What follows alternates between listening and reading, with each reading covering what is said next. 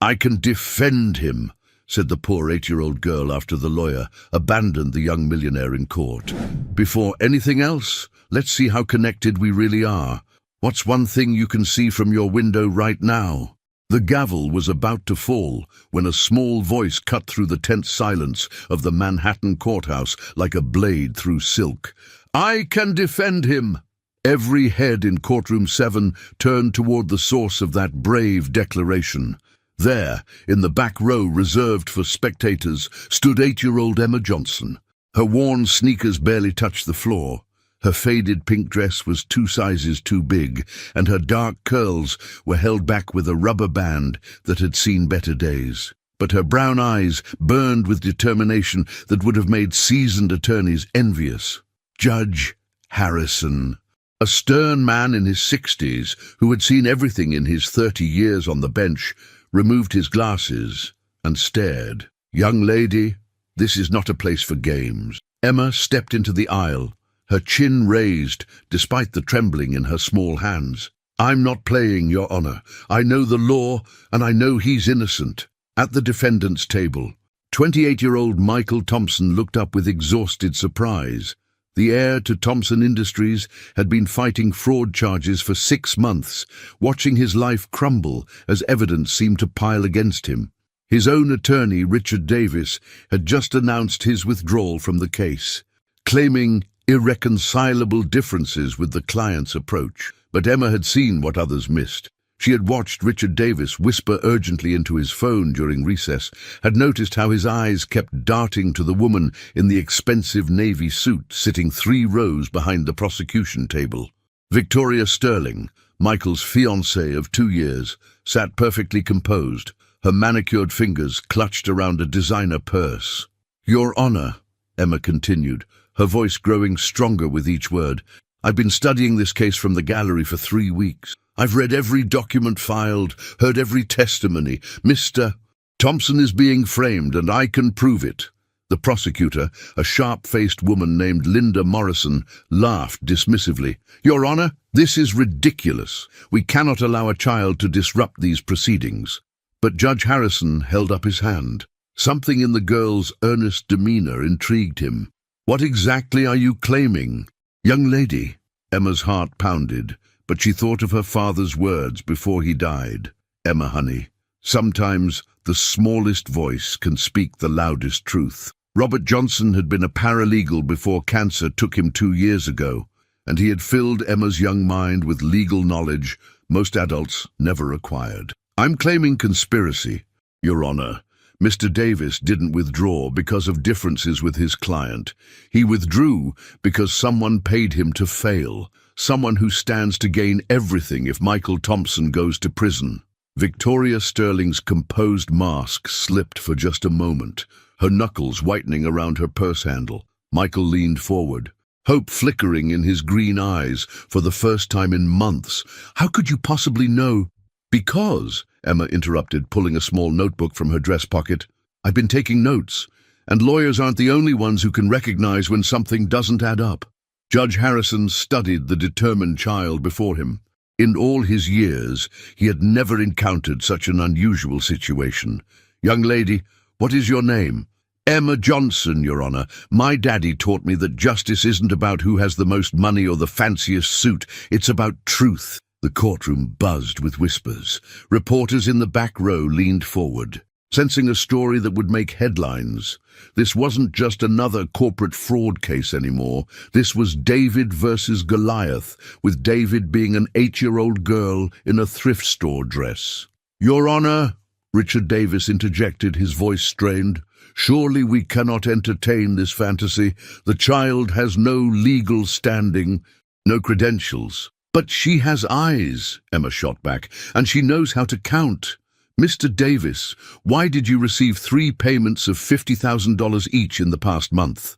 Payments that came from an offshore account registered to Sterling Enterprises?" The silence that followed was deafening. Victoria Sterling went pale, and Richard Davis looked like he'd been struck by lightning. Judge Harrison set down his gavel.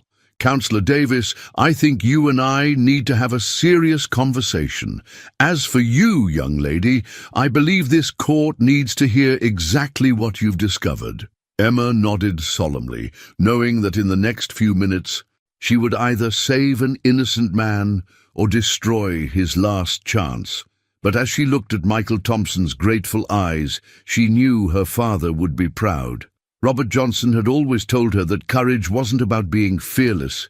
It was about doing what's right when you're terrified. Right now, facing a courtroom full of adults who thought she was foolish, Emma had never been more determined. The real battle was just now beginning. Judge Harrison leaned forward, his weathered hands clasped tightly on the bench. "Young lady, these are very serious accusations. I hope you understand the gravity of what you're claiming." Emma's small fingers tightened around her notebook, but her voice remained steady. "I understand perfectly, Your Honor.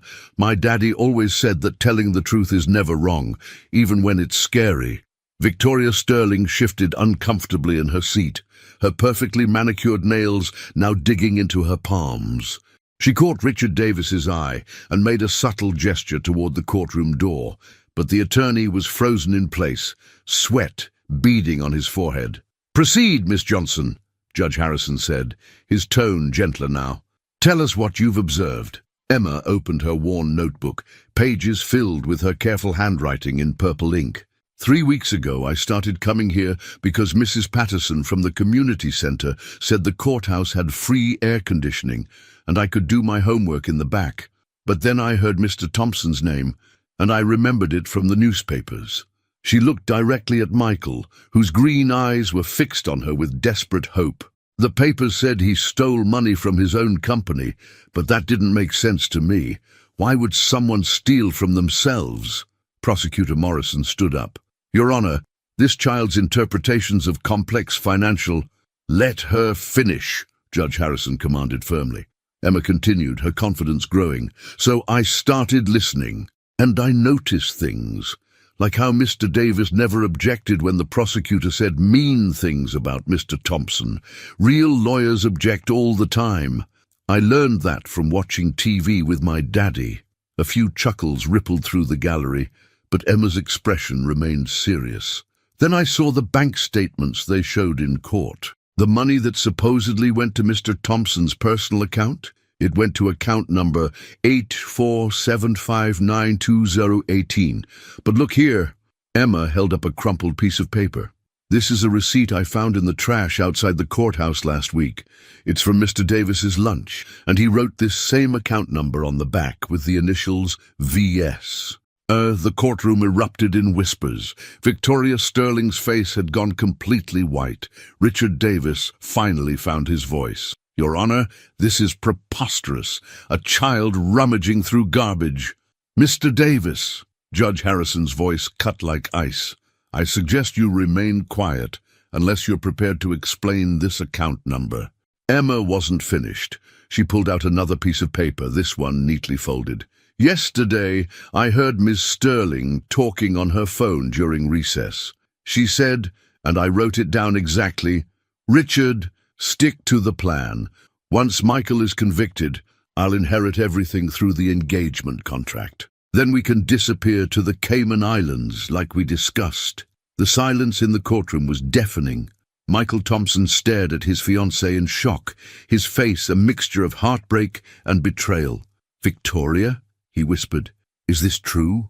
Victoria Sterling stood abruptly, her designer purse clutched against her chest. "This is ridiculous. A child's fantasies and coincidences." "Then you won't mind if we examine your phone records," Emma said quietly, "because I also wrote down the exact time of that call.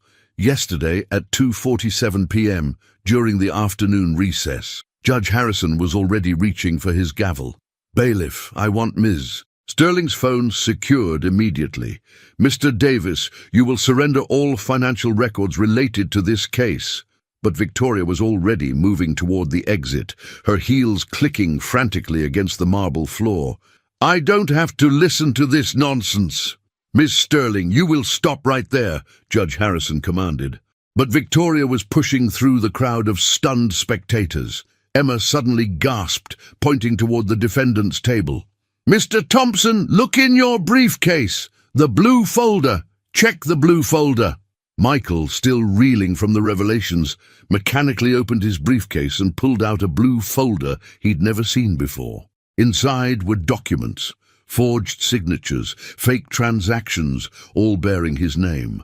"I've never seen these before," he said, his voice hollow. "Because Miss Sterling planted them there," Emma exclaimed.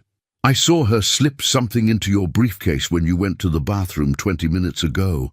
She said she was getting you tissues for your allergies, but she put that folder in there instead." Security guards were now moving toward the exits, but Victoria had disappeared into the crowded hallway outside the courtroom. Judge Harrison pounded his gavel repeatedly. "This court is in recess. I want law enforcement to find Victoria Sterling immediately. Mr. Davis, you are hereby held in contempt, and I'm ordering a full investigation into your finances and communications." As the courtroom dissolved into chaos, Michael Thompson turned to Emma with tears in his eyes. Why did you? Emma climbed up onto the chair next to him, her small hand reaching out to pat his arm. "Because justice isn't about who's biggest or richest, Mr. Thompson. It's about what's right, and what they did to you wasn't right." But even as Michael smiled through his tears, Emma's sharp eyes caught something everyone else had missed. Richard Davis was texting furiously on his phone before the bailiff could confiscate it. Her blood ran cold as she realized Victoria Sterling's escape wasn't panic, it was planned, and Emma was now the only person who could prove it. Emma's heart pounded as she watched Richard Davis frantically typing on his phone before the bailiff snatched it away. In that split second, she caught a glimpse of his screen. "Package delivered. Proceed to phase 2. "Judge Harrison," Emma called out, jumping down from her chair. "Mr. Davis just sent a message about phase 2. This isn't over." "Oh, Deem," but the courtroom was in chaos. Security guards were shouting into their radios, court personnel were rushing about, and the crowd of spectators was buzzing with excitement about the dramatic escape. No one heard her small voice except Michael Thompson. "What did you see, Emma?" Michael asked, crouching down to her eye level. "Mr. Davis texted someone about phase 2, Emma whispered urgently. "I think Miss Sterling's escape was just the beginning. They're planning something else." Before Michael could respond, Prosecutor Morrison approached them, her sharp features softened with what might have been respect. "Miss Johnson, I owe you an apology. In 20 years of prosecution, I've never seen anything like this." Emma looked up at the tall woman. "Does this mean you believe Mr. Thompson is innocent now?" "It means we need to find Victoria Sterling and get to the bottom of this conspiracy," Morrison replied. "But first, we need to keep you safe. If what you're saying is true, you might be in danger." Emma's eyes widened. She hadn't thought about that. "But I'm just a kid. Why would they want to hurt me?" "Because, sweetheart," came a new voice from behind them, "you're the only witness to their entire plan." They turned to see Detective Sarah Chen, a petite Asian woman in her 40s, with kind but sharp eyes. She had been observing the proceedings from the back of the courtroom. "I'm Detective Chen, NYPD Financial Crimes Unit," she said, showing her badge. "I've been investigating suspicious activity around Thompson Industries for months, but we could never find solid evidence until today." Emma felt a surge of pride, but it was quickly replaced by worry. "Detective Chen, do you think Ms. Sterling will come back?" "People like Victoria Sterling don't just run, honey. They have backup plans, lots of them." Detective Chen knelt down to Emma's level. "Can you tell me everything you remember about what she said on that phone call?" Emma flipped through her notebook again. "She said to stick to the plan, that she'd inherit everything through something called an engagement contract, and then they could disappear to the Cayman Islands. But there was something else." Emma's brow furrowed as she concentrated. "She mentioned a number. She said the Thompson account transfer of 2.3 million should clear by Friday." "That's tomorrow," Michael gasped. 2.3 million. That's my personal inheritance account. Only I have access to that, and my father His face went ashen. "My father is in the hospital. He had a stroke 3 weeks ago." Detective Chen was already on her radio. We need to freeze all Thompson family accounts immediately and get me a unit to Presbyterian Hospital. I want protection on Michael Thompson's father." Emma tugged on Detective Chen's jacket. "There's more. Yesterday I heard Ms. Sterling talking to someone else, not Mr. Davis. She called them Uncle Frank and said the hospital paperwork was ready." A chill ran through the group. Michael grabbed Emma's shoulders gently. "Emma, what kind of hospital paperwork?" "Something about changing who gets the money if something happens to your dad." Emma's voice was barely a whisper. "She said it would look like a natural progression after the stroke." Detective Chen's face hardened. "We need to get to that hospital, now." As they rushed out of the courtroom, Emma noticed something that made her blood freeze. In the hallway, she spotted a man in a hospital uniform reading a newspaper by the water fountain. When he saw their group, he quickly folded the paper and began walking in the same direction they were heading. "Detective Chen," Emma whispered, pointing discreetly. "That man in the hospital clothes. He's following us." Detective Chen glanced over casually, then immediately spoke into her radio in code. "We have a tail. Grey scrubs. 6'2", headed east on level 3. But when they turned the corner, the man had vanished. "He's gone," Michael said, looking around nervously. Emma shook her head, her young mind processing the patterns she'd learned to recognize. "He's not gone. He's getting ahead of us." She looked up at Detective Chen with frightened but determined eyes. "They know we figured it out. They're going to try to stop us from reaching the hospital." As if on cue, Detective Chen's radio crackled. "All units, be advised. Presbyterian Hospital just reported a power outage in their administrative wing. Security cameras are down." Top. Emma's notebook fell from her trembling hands as the terrible realization hit her. "They're not just stealing Mr. Thompson's money," she whispered. "They're going to hurt his daddy to make sure they get away with it."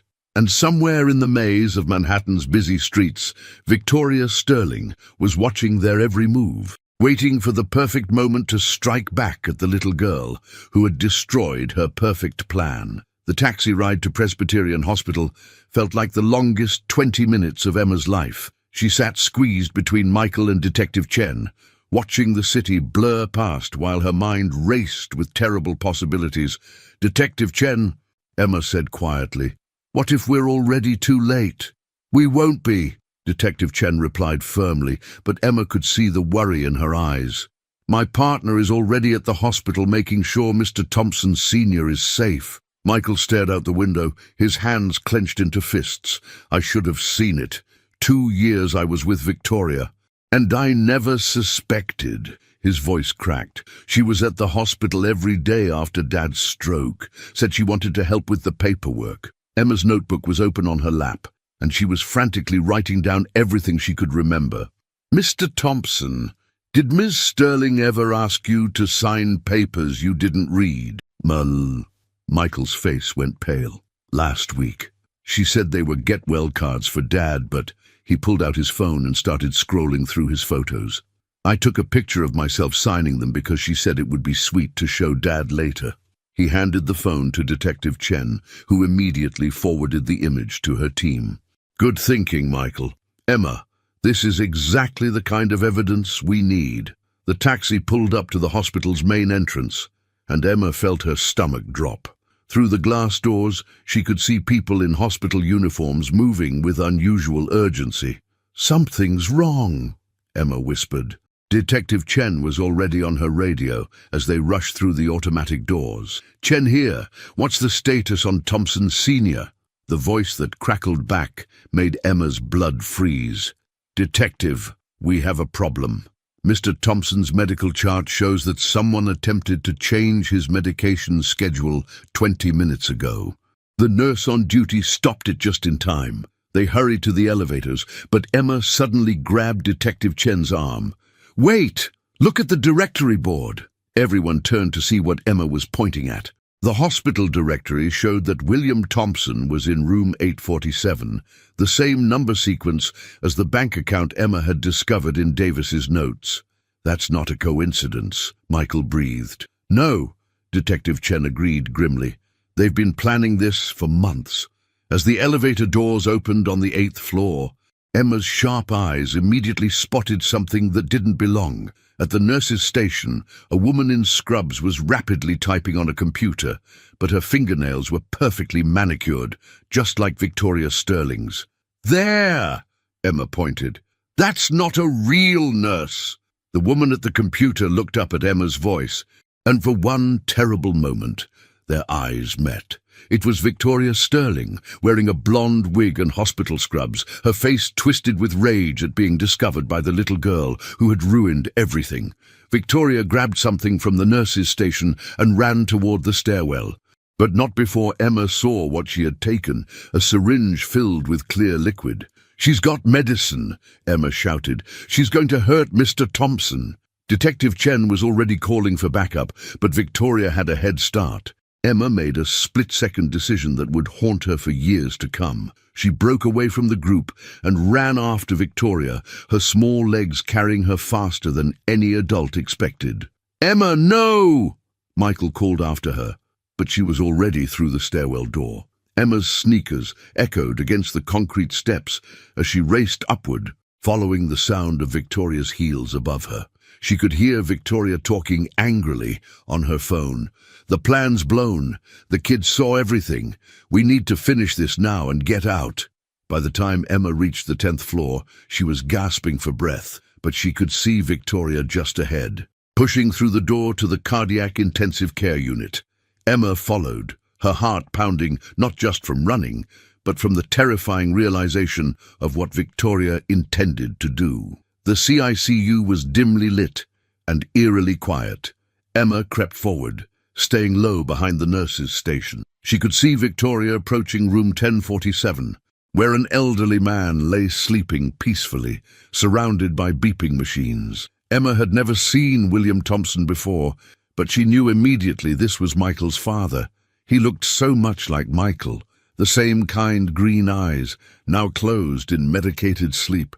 The same gentle features, now aged and softened by illness. Victoria stood over the bed, pulling the cap off the syringe with her teeth. "This is all your fault, old man," she hissed. "If you hadn't had that stupid stroke, I could have waited longer. But no, now I have to clean up this mess because of your interfering son and that annoying little brat." Emma knew she had seconds to act. Her father's voice echoed in her memory. "Sometimes, Emma, being brave means doing something even when you're terrified." She took a deep breath and stepped out from behind the nurse's station. "Stop!"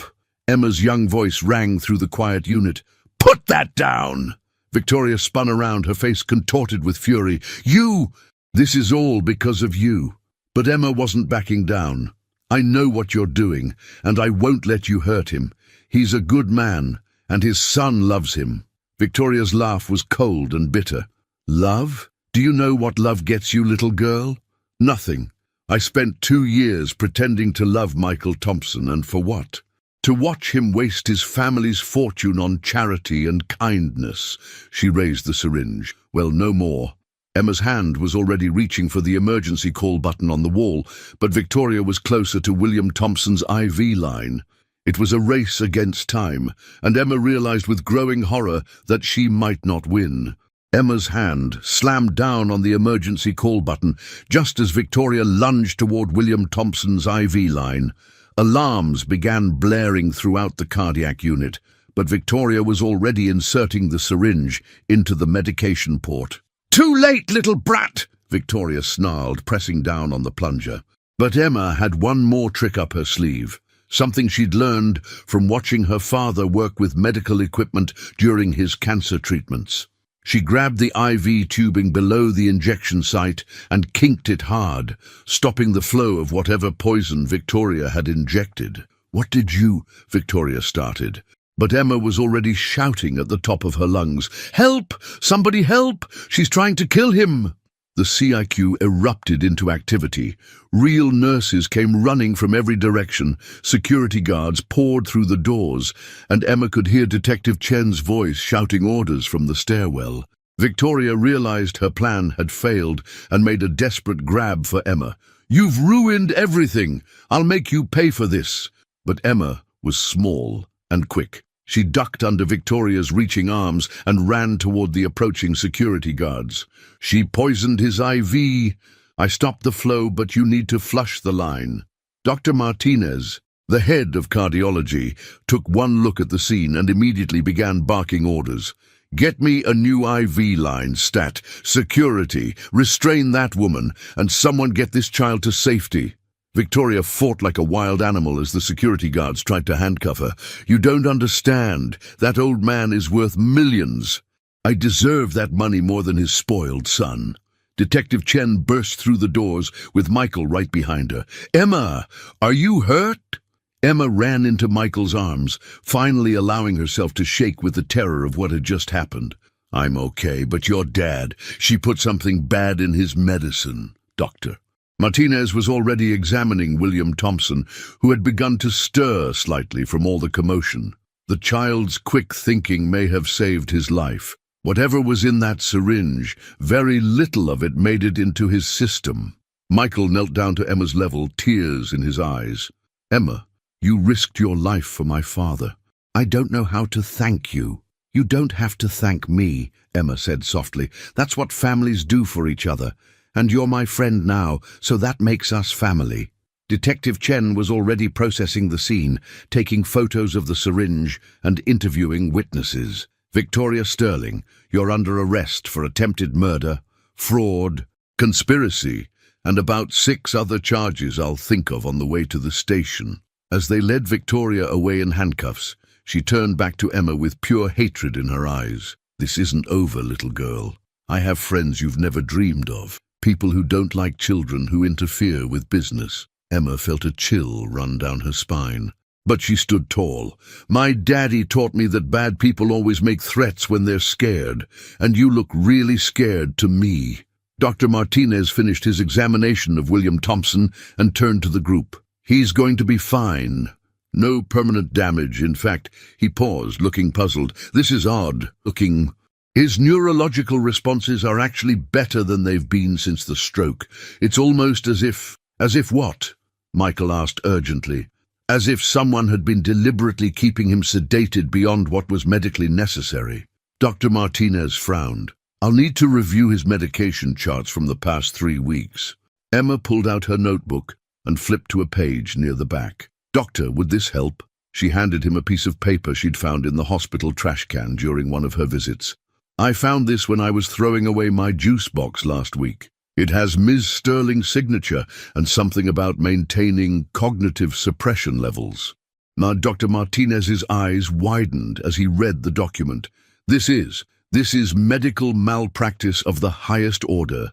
This woman has been deliberately keeping this man in a medically induced fog to prevent him from making coherent decisions about his finances." Michael sank into a nearby chair, overwhelmed.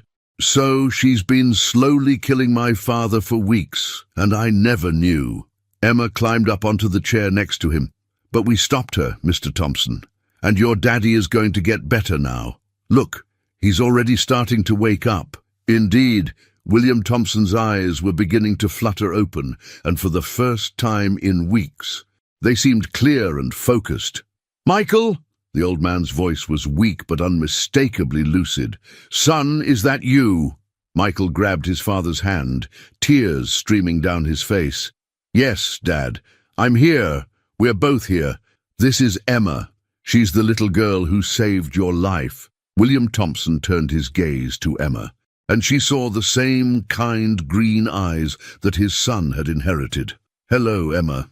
Thank you for taking care of my boy." Emma felt warm all over. "You're welcome, Mr. Thompson. Your son is very brave. He's been fighting to prove he didn't steal any money." William's face darkened. "Stealing? Michael would never." "Wait. You or she?" His eyes sharpened with returning awareness. "Victoria, she made me sign papers. I couldn't think clearly, but she kept insisting." Detective Chen stepped forward.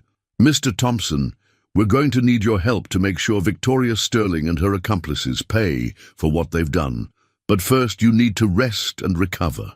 As the medical team worked to flush William's system and adjust his medications, Emma noticed something that made her stomach drop. Through the window, she could see a black sedan parked across the street from the hospital, and even from the 10th floor, she could make out a figure watching the building through binoculars. Victoria Sterling's threats hadn't been empty after all. Emma was about to discover that saving Michael and his father was only the beginning of a much larger and more dangerous game. Emma tugged on Detective Chen's sleeve, her eyes fixed on the window. "Detective, there's someone watching us from across the street." Detective Chen followed Emma's gaze and immediately stiffened. "Michael, take Emma and your father to the secure wing, now." But before they could move, Emma's sharp eyes caught something else, something that made her blood freeze completely. "Detective Chen," she whispered, "look at the man by the elevator." A tall man in an expensive suit had just stepped off the elevator, and he was walking directly toward William Thompson's room with the confident stride of someone who belonged there. But Emma recognized him from the courthouse. He had been sitting in the back row during the trial, always taking notes. "That man was at the trial every day," Emma said urgently. "He's not supposed to be here." Detective Chen's hand moved to her weapon. "Security to the 10th floor, CICU now," she spoke into her radio. But the man had heard her and was already turning around, revealing a face that made Emma gasp. It was Judge Harrison, but not the kind, grandfatherly judge from the courtroom. This man's eyes were cold and calculating, and when he saw Emma pointing at him, his expression turned murderous. "Hello, Miss Johnson," Judge Harrison said, his voice now stripped of all warmth. "You've been quite the little detective, haven't you?" Emma instinctively stepped behind Michael, but her mind was racing. "You're not supposed to be here. Judges don't visit hospitals." "Very observant, child, but then again, you've always been too observant for your own good." Judge Harrison reached into his jacket and Detective Chen immediately drew her weapon. "Don't move!" Detective Chen commanded. Judge Harrison laughed but kept his hands visible. "Relax." "Detective, I'm not here to hurt anyone. I'm here to make a business proposition." Michael stepped forward, still holding his father's hand. "What kind of business proposition?" "The kind that keeps little Emma here safe and sound," Judge Harrison replied smoothly. "You see, Victoria Sterling was just a small part of a much larger operation. We've been systematically acquiring valuable properties and assets from wealthy families across the city. The Thompson fortune was simply next on our list." Emma's notebook was clutched against her chest, and suddenly everything clicked into place. "The other cases, all those rich people who got in trouble in your courtroom, you did this to them too." "Such a bright child," Judge Harrison said with mock admiration. "Yes, Emma. The Henderson family lost their pharmaceutical company. The Rodriguez estate was liquidated after the patriarch was convicted of tax evasion. The Morrison shipping fortune, all of it, redistributed to more deserving parties." Detective Chen was already calling for backup, but Judge Harrison held up a hand. "Before you do anything rash, Detective, consider this. Emma Johnson is a very special little girl. Did you know her father, Robert Johnson, used to work for Thompson Industries?" Emma's eyes widened. She had never known exactly where her father worked. "Robert discovered some irregularities in Thompson Industries' books, irregularities that would have exposed our entire operation.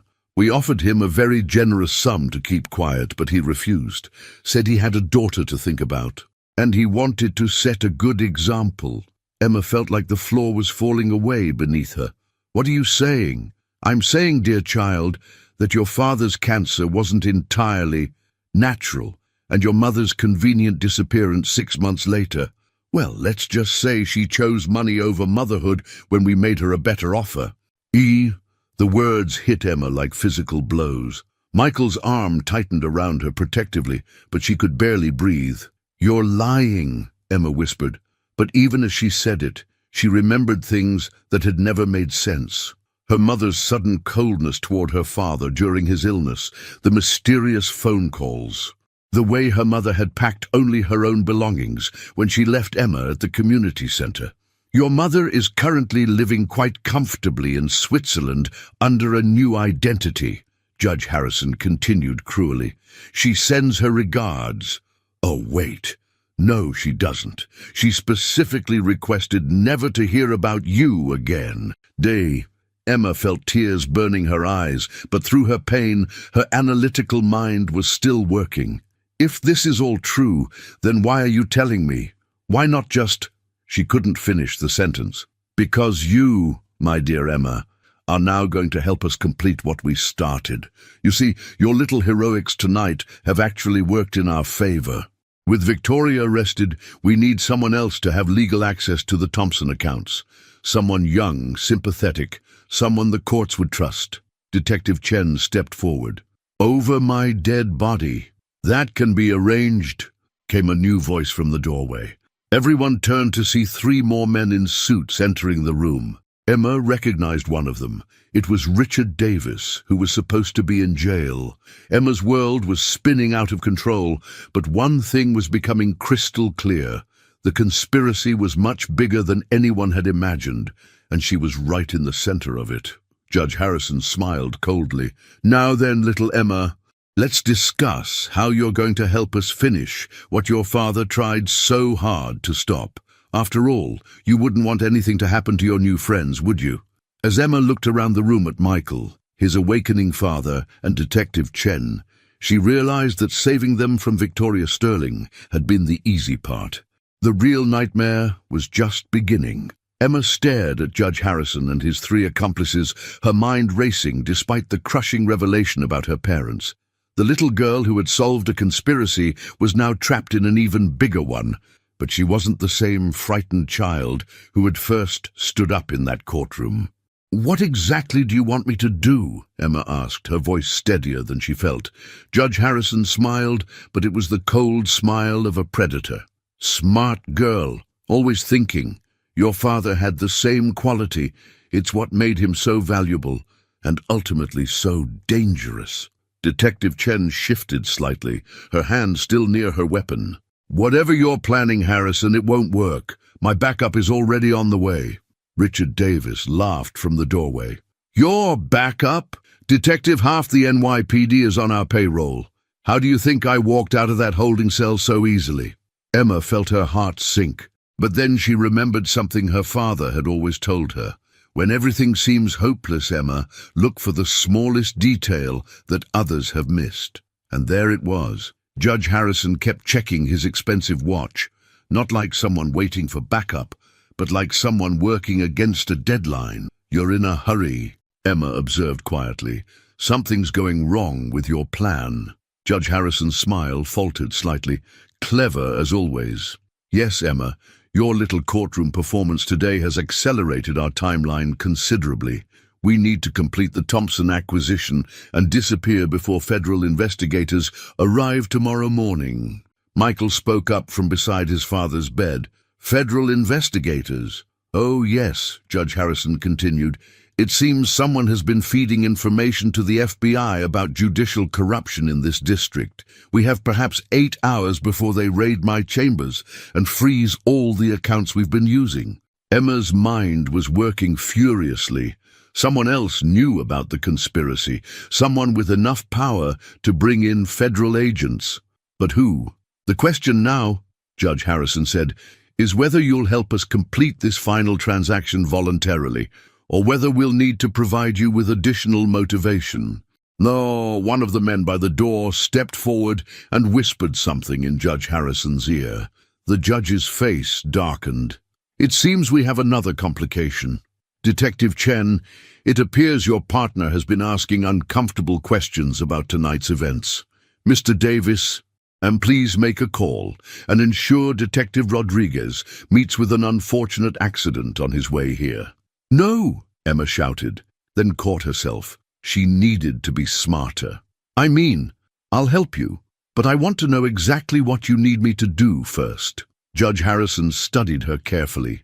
You'll testify tomorrow that Michael Thompson confessed to you about additional hidden accounts.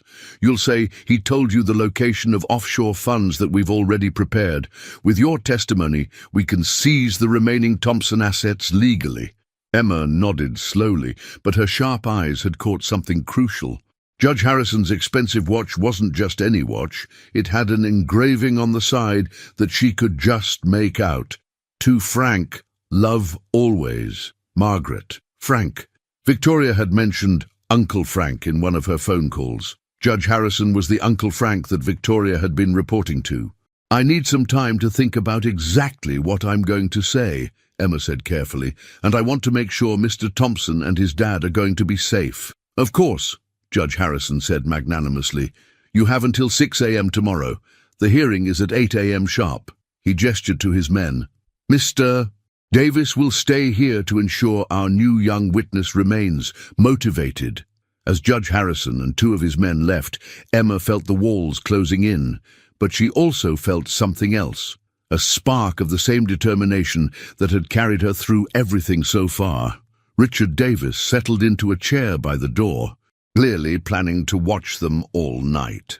But he had made one crucial mistake. He had underestimated the power of an 8-year-old girl who had learned that sometimes the smallest person in the room could change everything. Emma caught Detective Chen's eye and made a tiny gesture toward her notebook.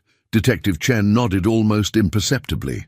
The real battle was about to begin, and this time, Emma wasn't fighting alone.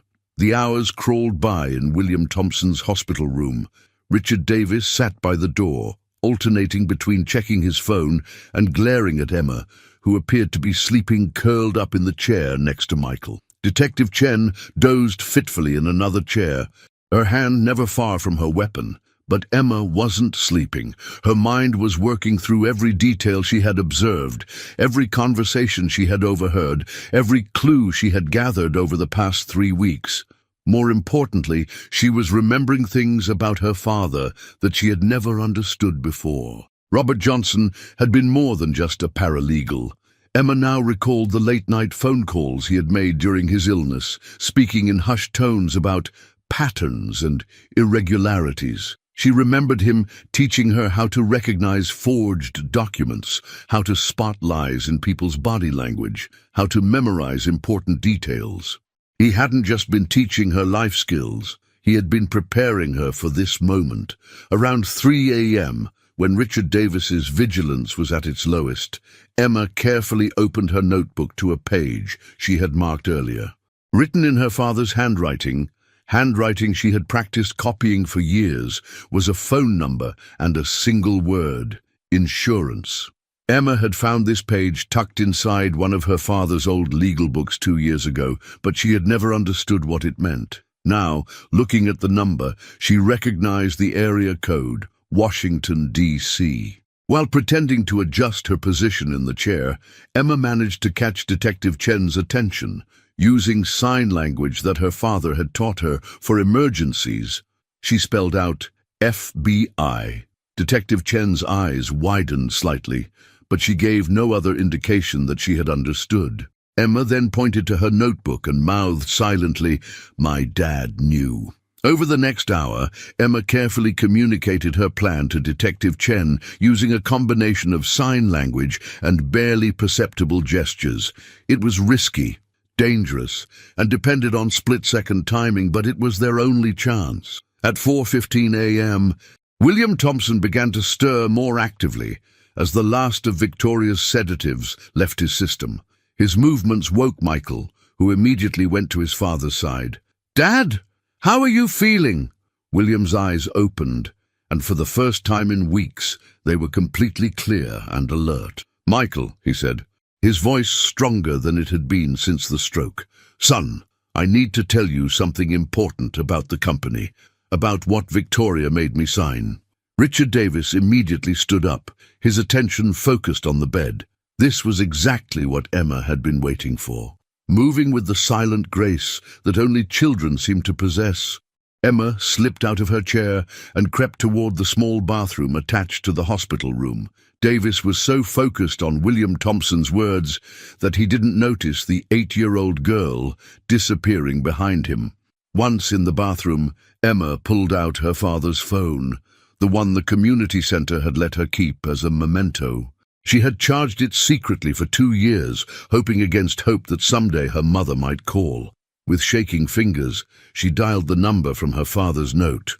"Federal Bureau of Investigation, emergency line," came a crisp voice. "My name is Emma Johnson," she whispered. "My father was Robert Johnson." He left me a note that said to call this number if Judge Harrison ever tried to hurt people. There was a pause, then the voice became urgently interested. Emma, stay on the line. Are you in immediate danger? Yes. I'm at Presbyterian Hospital, room 1047. Judge Harrison is stealing money from families, and he killed my daddy, and he's going to make me lie in court tomorrow, and— Emma, slow down. We know about your father. He was one of our informants. We've been building a case against Harrison's operation for 3 years. Emma felt her knees go weak. My daddy was helping the FBI. Duh, he was a hero, Emma. And if you're calling this number, it means you're in terrible danger. We have agents 3 minutes away from your location. Emma heard Richard Davis's voice getting louder outside the bathroom door. Where's the girl? They found me, Emma whispered into the phone. Emma, listen carefully. Get to the main elevator and press the emergency stop button. Our agents will reach you there. Can you do that?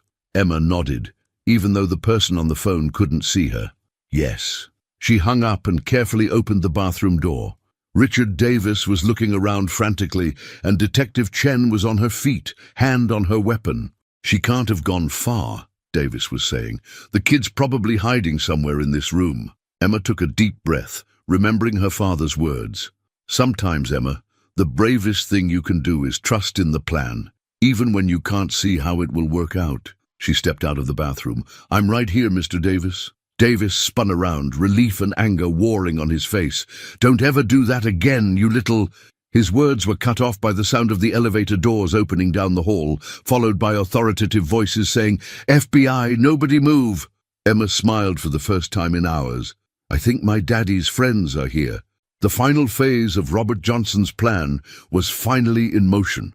The hospital corridor erupted into controlled chaos as FBI agents in tactical gear spread out through the 10th floor. Emma heard Agent Rodriguez, Detective Chen's partner, who was very much alive and now revealed to be an undercover federal agent, coordinating the operation over the radio. Richard Davis went pale as he realized the trap had been sprung. This is impossible. The kid couldn't have— The kid has been working with federal agents longer than you've been stealing from families, Detective Chen said with satisfaction, finally dropping her exhausted pretense. Did you really think we'd let an 8-year-old face this alone? Emma felt overwhelming relief, but also confusion. Detective Chen, you knew about my daddy? Your father was a brave man, Emma. When he discovered the financial irregularities at Thompson Industries, he didn't just report them to local authorities. He went straight to the FBI. He's been feeding us information about Harrison's operation for months before he died. Agent Sarah Mitchell, a tall woman with kind eyes, entered the room and knelt down to Emma's level. Hi, Emma. I'm Agent Mitchell. Your dad talked about you all the time. He was so proud of how smart and brave you were. Emma felt tears welling up, but Judge Harrison said my daddy was killed because he wouldn't take money. No, Judge Harrison told you a lot of lies tonight, sweetheart. Your father died of cancer, just like you thought. But before he died, he made us promise to watch over you and to stop Harrison's operation. Agent Mitchell's voice softened. He knew that if something ever happened to him, Harrison might try to use you to get to the Thompson family. Michael looked stunned. So everything that happened in court today was Emma following her instincts and her father's training, combined with federal agents positioning themselves to catch Harrison in the act, Agent Mitchell explained. When Emma stood up in that courtroom, she triggered a plan that's been 3 years in the making. Richard Davis made a desperate lunge toward the window, but 2 agents were already there to restrain him. As they cuffed him, Emma noticed something fall from his pocket, a small recording device. He was recording everything, Emma observed. The whole time we've been talking, he was recording it. Now, Agent Mitchell picked up the device and smiled grimly, which means we now have Judge Harrison on tape, admitting to murder, bribery, and conspiracy. Davis probably thought he was protecting himself, but he just handed us the final piece of evidence we needed. William Thompson, now fully alert and sitting up in bed, spoke for the first time since the agents arrived. Agent Mitchell, I need you to know that Victoria Sterling forced me to sign documents while I was medicated.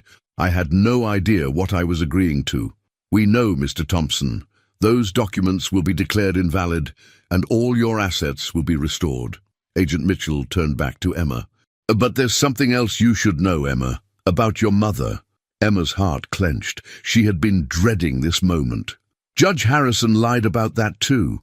Your mother didn't abandon you for money. She was threatened. Harrison's people told her that if she didn't disappear, they would hurt both you and her. She thought she was protecting you by staying away. Emma felt like the world was spinning. She didn't want to leave me. She calls our office every week to check on you. She's been living in a safe house in Oregon, not Switzerland. And Emma, Agent Mitchell smiled, she's on her way here right now. Oh, the emotions crashing over Emma were too much to process. Relief, joy, confusion, and exhaustion all battled for control. Michael reached over and squeezed her hand. Emma, you saved my family, he said softly. But more than that, you finished what your father started. You brought down an entire criminal operation. Emma looked around the room at Detective Chen, Agent Mitchell, Michael, and his recovering father. I couldn't have done it alone. That's the point, sweetheart, Agent Mitchell said. Your father taught you that justice isn't about being the strongest or the smartest person in the room. It's about good people working together to do what's right. Agent Rodriguez's voice crackled over the radio. Harrison's in custody. We got him trying to flee through the hospital parking garage. The entire operation is shut down. Emma felt a weight lifting from her shoulders that she hadn't even realized she'd been carrying. But as the adrenaline began to fade, she realized there was still one more thing she needed to know. Agent Mitchell, what happens now? Do I go back to the community center? Agent Mitchell exchanged a look with Michael and his father.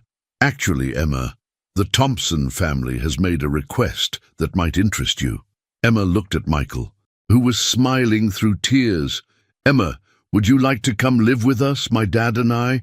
We'd like you to be part of our family. For real, this time.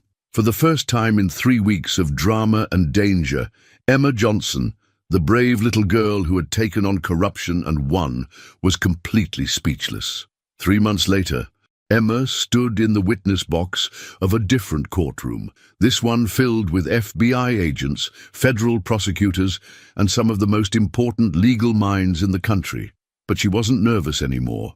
She had learned that telling the truth, no matter how scared you were, was always the right choice. Miss Johnson, said Federal Prosecutor Williams, a kind woman who had spent weeks preparing Emma for this moment, can you tell the court about the first time you suspected something was wrong with Mr. Thompson's case?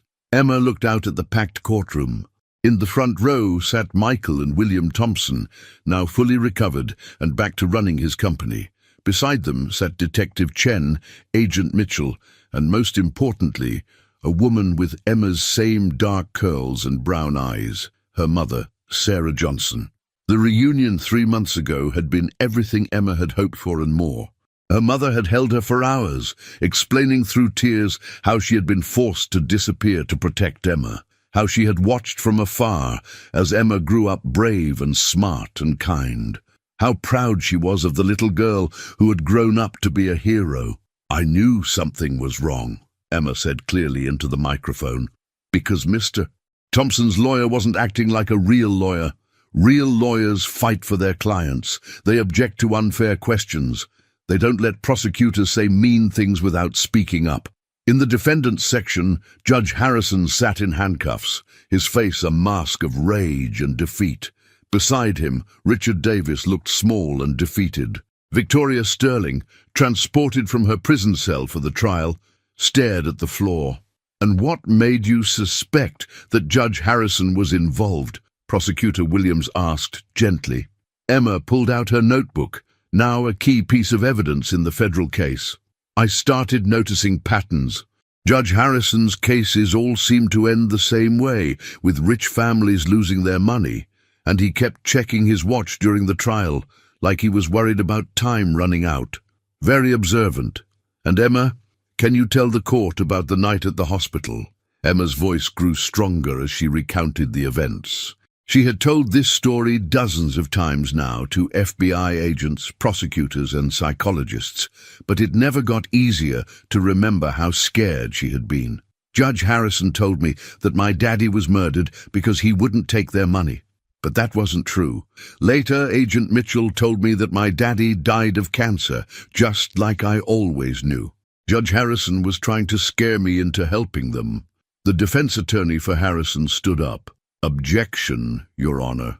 Hearsay." Federal Judge Patricia Wong, who had been brought in from another district to ensure fairness, looked down at Emma kindly.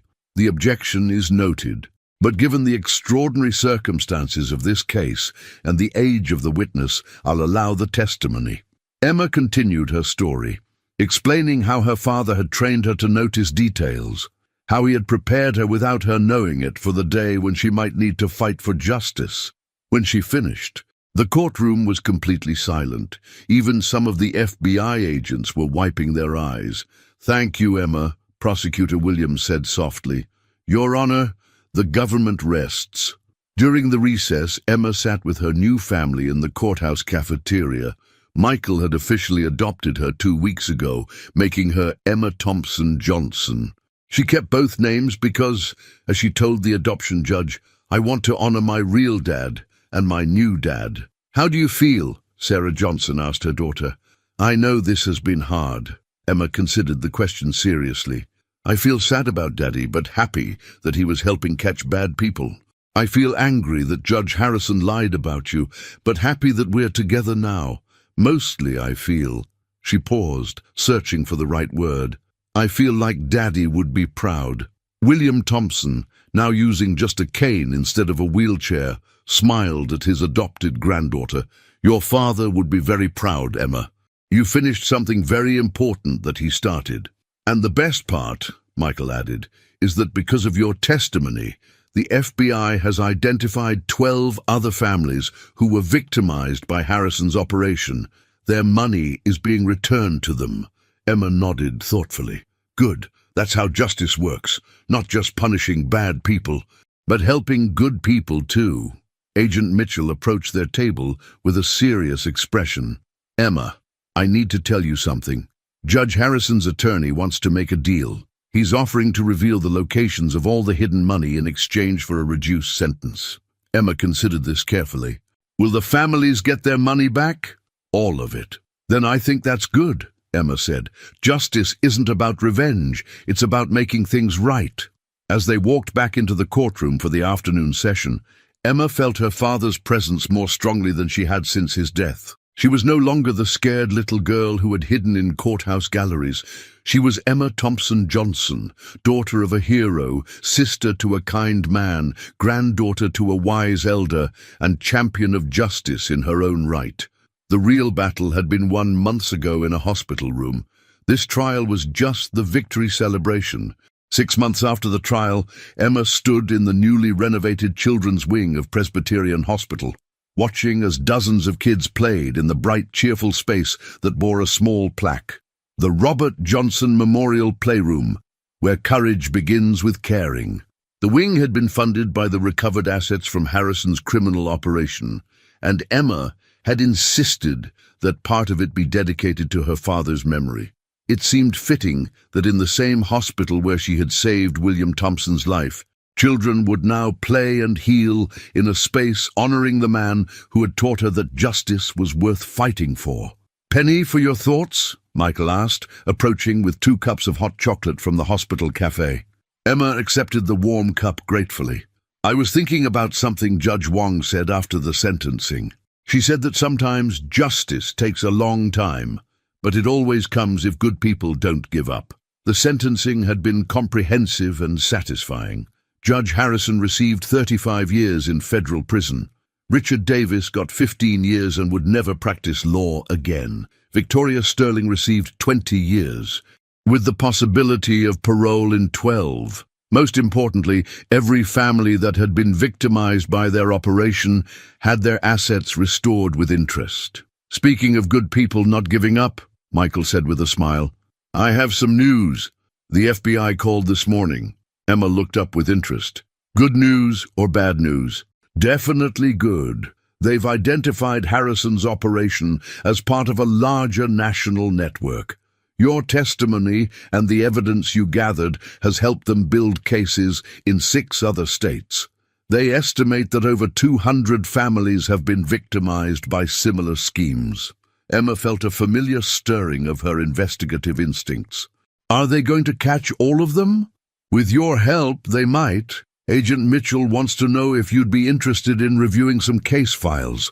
Apparently, you have a unique talent for spotting patterns that adults miss. Emma considered this seriously. At 9 years old, she had celebrated her birthday last month with both her birth mother and her adoptive family. She was more experienced with criminal investigation than most police officers. But she was also finally getting to be a regular kid, going to school, making friends, playing soccer. Can I think about it? She asked.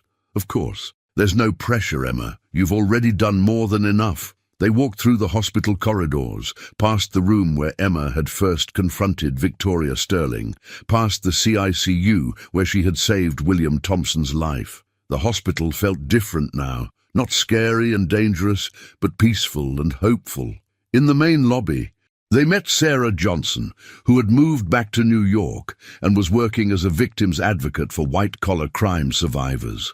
The reunion with her mother hadn't been perfect. There were still moments of awkwardness, years of separation to bridge, but they were building something new and strong together.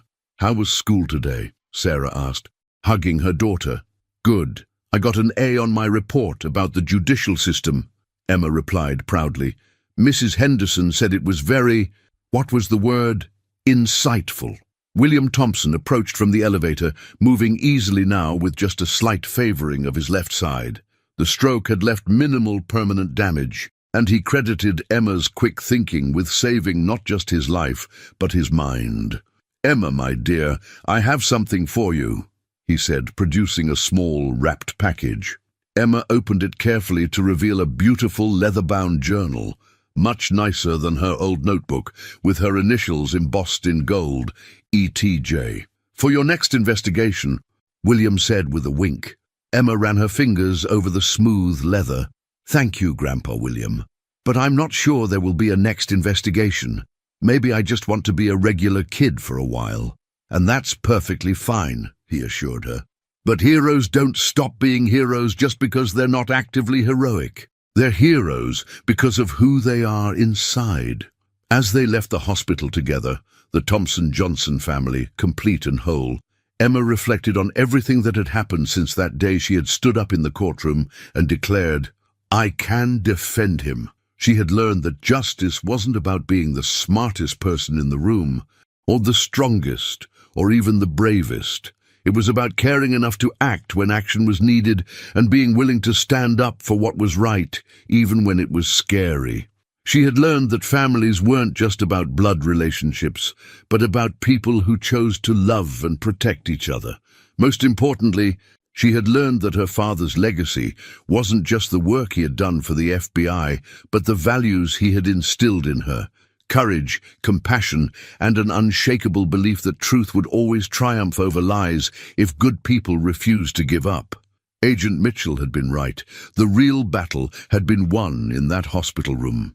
Everything since then had just been making sure the victory stuck.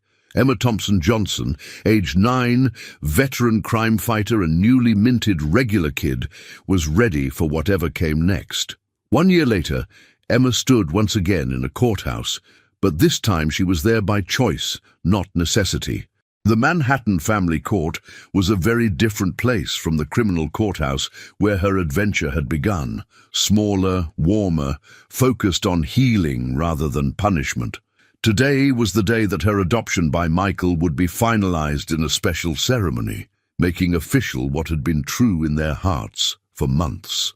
Emma had asked for the ceremony to be held exactly 1 year after Judge Harrison's sentencing, turning what had been a day of justice into a day of celebration. "Are you nervous?"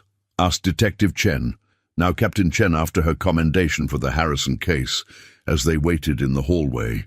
Emma considered the question. A little. But it's a good nervous, like when you're about to get something you've always wanted. The courtroom was packed with friends and family. Sarah Johnson sat in the front row, beaming with pride. William Thompson was there with his new girlfriend, Dr. Martinez from the hospital. Their relationship a beautiful outcome of the chaos that had brought them together. Agent Mitchell and Agent Rodriguez sat together, still amazed at how a case they had worked for 3 years had been cracked by an 8-year-old girl with a notebook. Even some unexpected guests had come. Prosecutor Morrison from the original trial was there, having become a friend to the family. Mrs. Patterson from the community center had tears in her eyes as she watched the girl she had tried to protect find the family she deserved. Judge Patricia Wong, who had presided over the Harrison trial, had agreed to conduct the adoption ceremony. She smiled warmly as the Thompson-Johnson family approached the bench. "Emma," Judge Wong said gently, "do you understand what adoption means? It means that Michael becomes my legal dad, and I become his legal daughter, and we promise to take care of each other forever," Emma replied confidently. "And Michael, do you promise to love and care for Emma as your own daughter?" Michael looked down at Emma with tears in his eyes. "I promise, Your Honor. She already is my daughter in every way that matters. Then by the power vested in me by the state of New York, I declare this adoption final. Emma Thompson-Johnson, you are now officially and legally the daughter of Michael Thompson." The courtroom erupted in applause, but Emma barely heard it. She was too busy hugging her new dad and feeling the warmth of being exactly where she belonged. After the ceremony, there was a reception in the courthouse lobby. Emma moved through the crowd, accepting congratulations and feeling overwhelmed by how many people cared about her. But the most meaningful moment came when Agent Mitchell pulled her aside. "Emma, I have something to tell you. The FBI has officially closed the Harrison case, and I wanted you to know the final numbers." Emma listened intently as Agent Mitchell explained that the investigation had ultimately led to the arrest of 47 people in 12 states, the recovery of over $60 million in stolen assets, and the restoration of property and savings to more than 300 families. "And it all started," Agent Mitchell said, "with a little girl who noticed that a lawyer wasn't fighting hard enough for his client." Emma felt a deep sense of satisfaction, but also something else, a sense of completion. The work her father had started was truly finished. "Agent Mitchell, can I ask you something?" "Of course." "Do you think my daddy would be proud of how everything turned out?" Agent Mitchell knelt down to Emma's level, just as she had that first night in the hospital. "Emma, your father would be amazed. He spent months gathering evidence and building trust with our team. But you accomplished in 3 weeks what we couldn't do in 3 years. You brought justice, not just to the Thompson family, but to hundreds of families we didn't even know had been hurt." Emma nodded, feeling a deep peace settle over her. "Good, that's all I ever really wanted." As the reception wound down, the Thompson-Johnson family gathered for photos. Emma stood between Michael and her mother, with William beside them, surrounded by all the people who had helped them win the fight for justice and family. "So, what's next for us?" Michael asked, as they prepared to leave. Emma thought about the question seriously. "I think I'd like to finish being 9 years old, maybe learn to ride a bike, definitely get better at soccer, and maybe," she paused, "maybe when I'm older I could help other kids who need someone to stand up for them." "I think," said Sarah Johnson, "that sounds like a perfect plan." As they walked out of the courthouse into the bright New York sunshine, Emma Thompson-Johnson reflected on everything that had brought them to this moment. She had learned that heroes came in all sizes, that families could be built from love as much as blood, and that justice was not just about punishing wrongdoing, but about protecting the innocent and restoring what had been lost. Most importantly, she had learned that when someone you love teaches you to be brave, that bravery becomes part of who you are forever. The little girl, who had once stood up in a courtroom and declared, "I can defend him," was now surrounded by people who would defend her, just as she would always be ready to defend others who needed protection. Justice, Emma had discovered, wasn't just about winning one battle. It was about building a world where everyone belonged to someone, where truth mattered more than power, and where even the smallest voice could change everything. The real battle was never really over. But with good people fighting together, it was a battle that love would always win. "I'll save your company in exchange for milk for my baby brother," says the girl. The millionaire CEO laughs. Then she solves a $500 million problem. Before anything else, let's see how connected we really are. What's one thing you can see from your window right now? The gleaming headquarters of Goldstein Innovations had never looked so cold to 8-year-old Emma Johnson. The 50-story glass tower that once symbolized the pinnacle of American enterprise now loomed like a tombstone over downtown Chicago.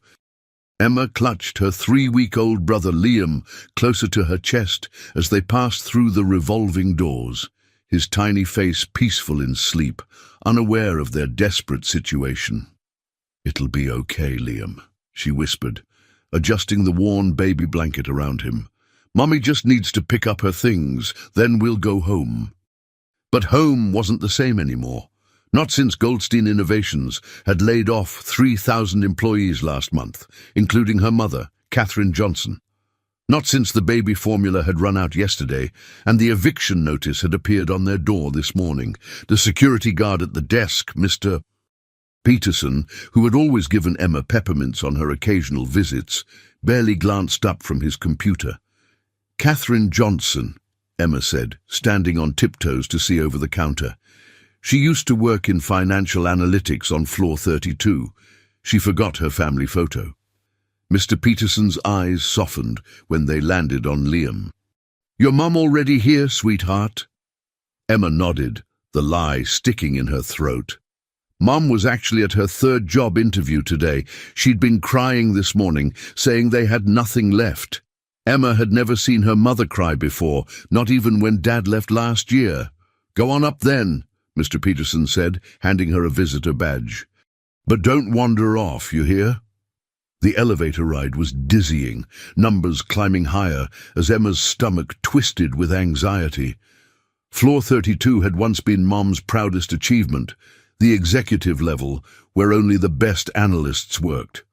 Now it represented everything they'd lost. As the doors opened, chaos greeted her. People rushed about with boxes and papers. Phones rang unanswered. Through the glass walls of the conference room, Emma could see several men in expensive suits shouting at each other, their faces red with anger. She recognized one of them immediately. Richard Goldstein himself, the CEO whose face adorned magazine covers and television interviews. He looked different now, older, haggard, his signature confidence replaced by desperation.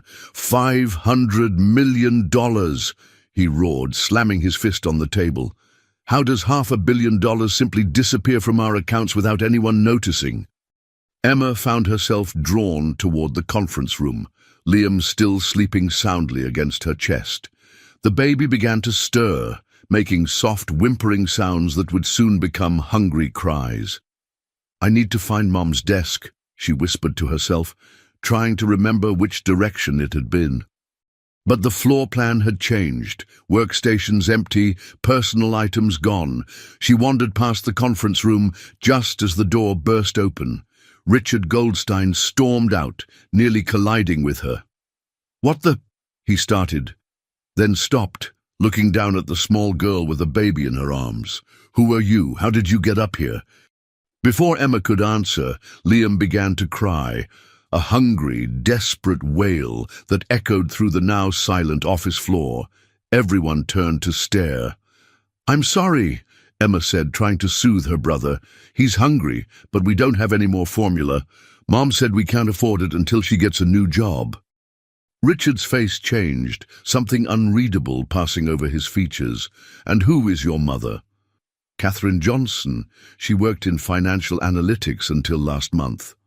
A woman in a sharp business suit approached. Katherine Johnson. She was one of our best analysts. Her models on the Asian market expansion were flawless. Until we had to let her go, Richard said bitterly, along with her entire department. Liam's cries grew more insistent. Emma bounced him gently, knowing it wouldn't help. "I'm sorry, Liam. I know you're hungry." Richard's eyes narrowed, looking at the visitor badge on Emma's chest. "How old are you?" "Oh, 8 3/4, Emma replied, lifting her chin. "And you brought a baby here by yourself?" "Mum's at a job interview. I took the bus. It's only 6 stops." A murmur ran through the watching employees. Richard's expression darkened further, but before he could speak, a loud crash came from the conference room behind them. A man burst out, his face ashen. "The banks are calling in all our loans. We have 48 hours before they freeze every account." Richard's face went pale. "That's it then. 30 years building this company and it ends because of one financial miscalculation." Emma looked up at the giant whiteboard, visible through the conference room doors. It was covered with numbers, projections, arrows pointing in different directions. Something about it seemed wrong to her, the way the numbers flowed, the patterns they made. "Excuse me," she said, her voice small but clear, "but I think your numbers are backward." Richard looked down at her, annoyance flashing across his face. Then he laughed, a harsh, bitter sound. "Go home, little girl. This isn't a place for children." Liam's cries grew louder. Emma felt tears pricking her own eyes, but she stood her ground. "I can help," she said. "I can fix your numbers, but first my brother needs milk." Richard Goldstein, CEO of a dying empire worth billions, looked down at the determined 8-year-old girl and her hungry brother. And he laughed. "You?" Richard Goldstein's laughter echoed through the executive floor, drawing stares from the remaining employees. "An 8-year-old is going to solve our $500 million problem?" Emma felt her cheeks burn, but she didn't back down. Liam continued to cry against her chest, his tiny face reddening with hunger and frustration. "I'm good with numbers," she said firmly. "Mum always said so. She taught me about financial models when she worked from home." A woman stepped forward, Jennifer Hayes, according to her name badge. Her eyes were kind but tired, dark circles betraying sleepless nights. "Richard," she said quietly, "we have literally nothing to lose at this point." Richard ran a hand through his silver hair, looking around at the remnants of his once thriving company. 30 years of building an empire, now crumbling around him. He'd started in his garage with nothing but an idea and determination.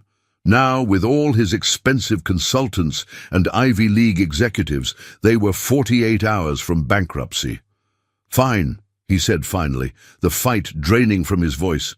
"Jennifer, get the child's brother some formula. There must be something in the employee lounge." Jennifer nodded and gently took Liam from Emma's arms. "I have a 10-month-old at home. I know just what he needs." Emma watched anxiously as her brother was carried away, but something told her to trust Jennifer. She turned back to Richard. "Show me your numbers. All of them." Richard led her into the conference room, where 3 other executives sat surrounded by financial reports, projections, and laptop screens displaying cascading red figures. "Meet our new financial consultant, gentlemen," Richard said, his voice dripping with sarcasm. "Miss Emma Johnson," she supplied, climbing onto a chair to see the whiteboard better. The men exchanged looks, part amusement, part desperation. No one laughed. They were beyond that now. "Walk me through what happened," Emma said, her voice suddenly authoritative in a way that made even Richard blink in surprise. An older man, Marcus Thompson, Chief Financial Officer, cleared his throat. "We launched our new medical technology division last quarter. Initial projections were strong, but suddenly our accounts showed massive losses across all departments." "Even ones not connected to the new division?" Emma asked, studying the flowcharts. "That's the mystery," said another executive. "It's like money is vanishing from everywhere simultaneously." Emma walked up to the whiteboard. her small sneakers squeaking on the polished floor. She studied the complex financial diagrams that the best minds in corporate America had failed to decipher. "These arrows are pointing the wrong way," she said, pointing to a flowchart. "Money isn't leaving from these departments. It's being counted twice here, then disappearing here." She moved her finger across the board with surprising confidence, tracing the flow of capital through the corporate structure. "My mom explained double-entry bookkeeping to me. She said it's like balancing a seesaw, but your seesaw is counting some children twice and others not at all." The executives looked at each other. Marcus leaned forward, suddenly interested. "What exactly do you see, young lady?" Emma picked up a marker, then hesitated. "May I?" Richard nodded, beyond caring about protocol. Emma began circling specific sections of their diagrams, then drawing new arrows between previously unconnected points. Her strokes were childish but precise. "You're counting the R&D expenses twice, once when they leave the main account, and again when they enter the subsidiary. But you're not tracking where they actually go after that." The room fell silent as Emma continued marking the board, connecting dots that had eluded teams of accountants and financial analysts. Jennifer returned with Liam, now contentedly sucking on a bottle. "The mothers on the 15th floor had an emergency stash," she explained, handing the baby back to Emma. Emma held her brother with one arm while continuing to mark the board with the other. "Who's Victor Morgan?" she asked suddenly. The temperature in the room seemed to drop 10 degrees. "How do you know that name?" Richard asked, his voice dangerously quiet. "It's here in your spreadsheet headings. VM Holdings receives transfers from almost every department, but I don't see where that money goes afterward." Marcus quickly pulled up a database on his laptop. "Victor Morgan is our main competitor. He shouldn't be receiving any transfers from us." Emma pointed to a series of numbers. "According to this, he's received over $300 million in the past 6 months. Richard's face turned ashen. "That's impossible. I would have noticed." "Not if it was disguised as regular operating expenses," Emma interrupted, pointing to another column. "See? Each transfer is labeled as a standard vendor payment, but they all ultimately route to the same account." The executives crowded around Marcus's laptop, verifying Emma's observations with growing alarm. "She's right," Marcus whispered. "How did we miss this?" "Because you weren't looking for it," Emma said simply, adjusting Liam in her arms. "Mom always says people only see what they expect to see." Richard stared at the child before him, this 8-year-old girl who had just identified the financial hemorrhage that had eluded his entire corporate team. A mix of emotions crossed his face: disbelief, hope, and something like shame. "How?" he asked finally. "How did you see what none of us could?" Emma shrugged. "I like patterns. Numbers make pictures in my head. These numbers made a funny picture, like water flowing uphill. That can't happen unless someone's pumping it there." "But who would have the authority to authorize these transfers?" Marcus asked, scrolling through the financial data Emma had highlighted. "These require executive-level clearance." Emma adjusted Liam in her arms as he finished his bottle. "The signatures all look the same." "What do you mean, the same?" Richard leaned closer to the screen. "Real signatures are always a little different each time," Emma explained. "My teacher showed us. Even when you try to sign exactly the same way, there are tiny differences. These are exactly the same. Every pixel." Richard's face darkened. "Digital copies." "Which means someone with access to the digital signature database," Marcus concluded. "That's a very short list, Richard." The tension in the room thickened. Emma sensed the adults were reaching a conclusion they didn't want to face. "We need to trace the money," she said, breaking their troubled silence. "Mom says money always leaves footprints." Jennifer nodded, impressed by the child's insight. "She's right.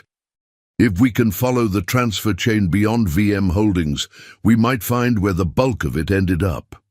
Richard straightened, a new determination in his stance. Marcus, start emergency protocols to freeze all outgoing transfers. Jennifer, contact the FBI's Financial Crimes Division. He turned to Emma with newfound respect. Young lady, you may have just saved this company.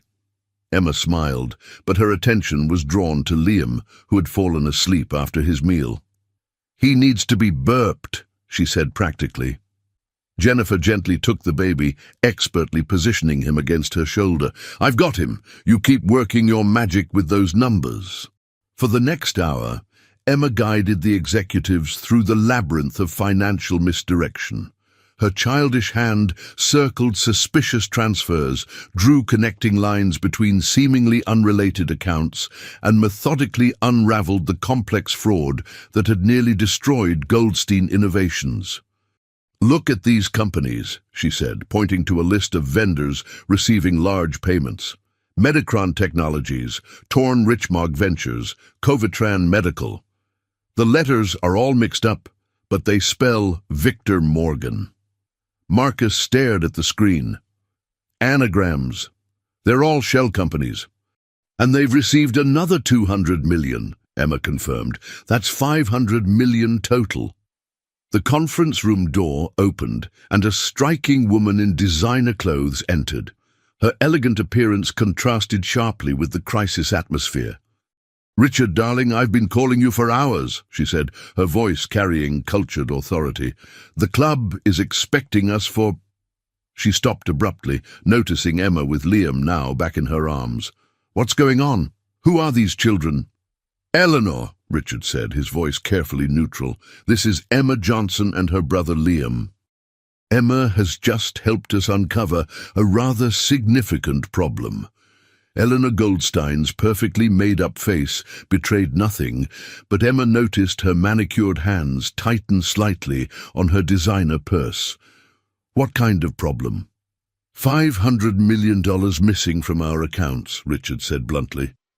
Transferred to Victor Morgan through shell companies. Emma watched Mrs. Goldstein closely. Something in the woman's expression flickered, too quickly for the adults to notice, but not too quick for Emma's observant eyes. Victor Morgan? Eleanor laughed lightly. That's absurd. Why would he? It's all documented, Marcus interrupted, gesturing to the screens. This young lady spotted the pattern. The FBI is on their way. Eleanor's gaze shifted to Emma, and the coldness in her eyes made the child instinctively hold Liam closer. A child? You're basing serious allegations on the imagination of a child. Eleanor's laugh held a brittle edge. Richard, this is beneath you. The evidence speaks for itself, Eleanor, Richard replied, and Emma has demonstrated a remarkable talent for pattern recognition. Eleanor's perfectly composed facade showed the smallest crack. Well, I'm sure it's all a misunderstanding. These financial matters are so complex. She glanced at her diamond watch. I have my charity luncheon. We can discuss this later. As she turned to leave, Emma spoke up. Mrs. Goldstein, why did you access the signature database at 2:17 a.m. on April 3rd? The room went completely still. Eleanor froze, her back to the group. What did you say? She asked without turning. The system logs show your credentials were used to access the digital signature database at 2:17 a.m. on a Sunday, Emma said, pointing to the computer screen where she'd pulled up the information. That's when the first copied signatures appeared. Eleanor turned slowly, her composure intact, but her eyes now openly hostile. You've given a child access to secure company records? This is completely inappropriate, Richard. Before Richard could respond, the conference room doors opened again. Two serious-looking men in dark suits entered, flanked by security. FBI, the taller one announced, showing his credentials. I'm Agent Davis. We received a report of financial fraud. Perfect timing, Richard said grimly. We were just discussing that with my wife. Eleanor's perfectly maintained smile didn't reach her eyes. This is ridiculous. I have a luncheon to attend. I'm afraid that will have to wait, Mrs. Goldstein, Agent Davis said firmly. "We have some questions about your relationship with Victor Morgan." Emma watched as Eleanor's sophisticated mask slipped, revealing something cold and calculating beneath. In that moment, the 8-year-old understood what the adults were just beginning to grasp. Eleanor Goldstein had betrayed her husband, the company, and everyone who worked there. "Mom always said numbers don't lie," Emma whispered to Liam. "Even when people do." Oh, the next few hours passed in a blur of federal agents, financial forensics, and formal statements. Emma remained in the conference room, alternating between caring for Liam and helping the FBI agents understand the complex trail of fraudulent transactions she had uncovered. "You're quite extraordinary," Agent Davis told her during a quiet moment. "I've been investigating financial crimes for 15 years, and I've never seen patterns identified this way." Emma shrugged. "It's like connecting stars to see the constellation. The picture was always there." Richard, who had been speaking with other agents across the room, approached them. His face showed the strain of a man whose personal and professional life had simultaneously imploded, but there was also relief and determination. "Emma," he said, kneeling to her level, "I owe you more than I can ever repay. Your mother raised a remarkable young lady." "Is my mom in trouble?" Emma asked, suddenly worried. "For me being here?" Richard shook his head. "No, sweetheart. In fact, I've just spoken with her on the phone. She's on her way here now." Relief flooded Emma's face. "Can you give her job back? She cries at night when she thinks I'm sleeping. She's worried about Liam's formula and our apartment." Something shifted in Richard's expression, a powerful CEO confronted with the human cost of corporate decisions. "Your mother will have her job back with a promotion," he promised, "and neither you nor Liam will ever have to worry about milk or a home again." Katherine Johnson arrived at Goldstein Innovations exactly 47 minutes after receiving the call from Richard Goldstein himself. Her business suit was slightly wrinkled from her third job interview of the day, and confusion mingled with concern on her face as security escorted her to the 32nd floor. When the elevator doors opened, she rushed out, scanning the busy floor for her children.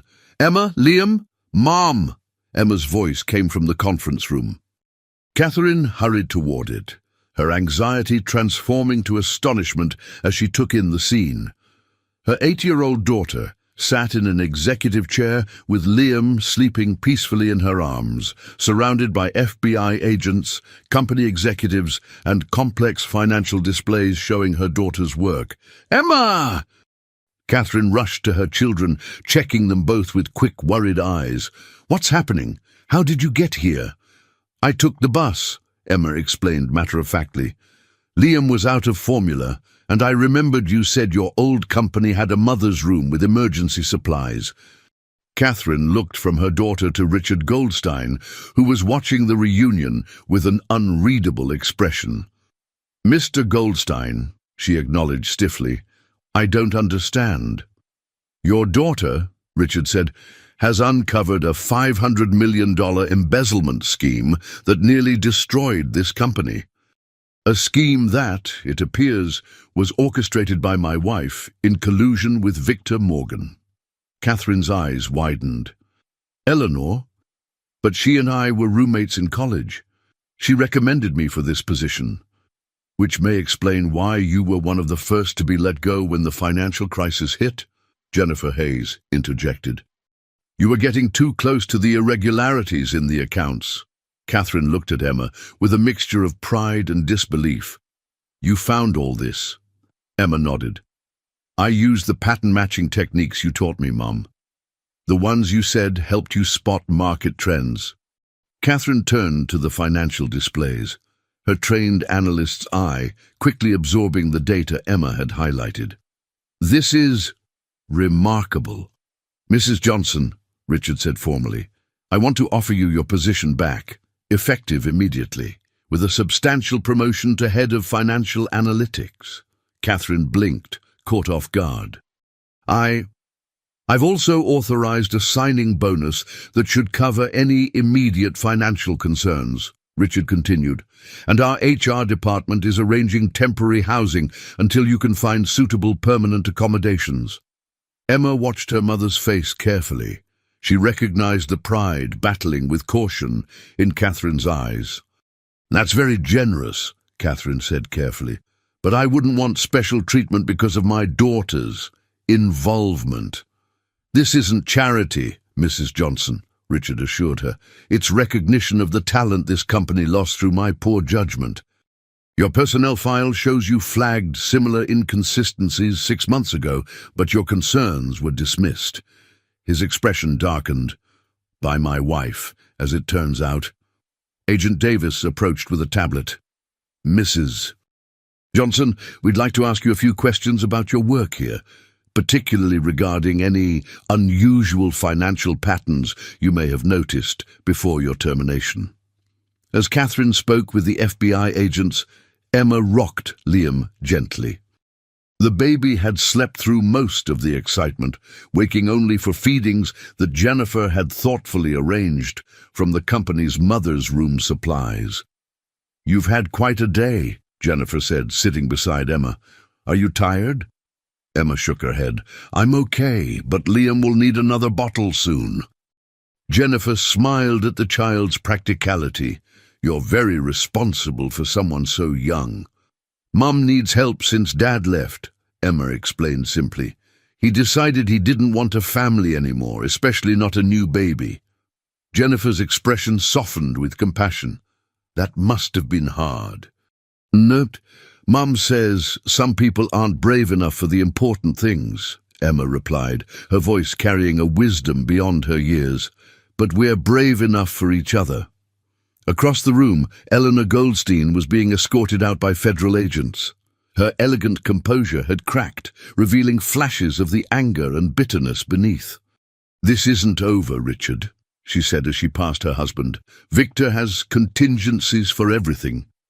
Richard watched her go, 30 years of marriage ending in betrayal and fraud. I believe we've identified all your contingencies, Eleanor.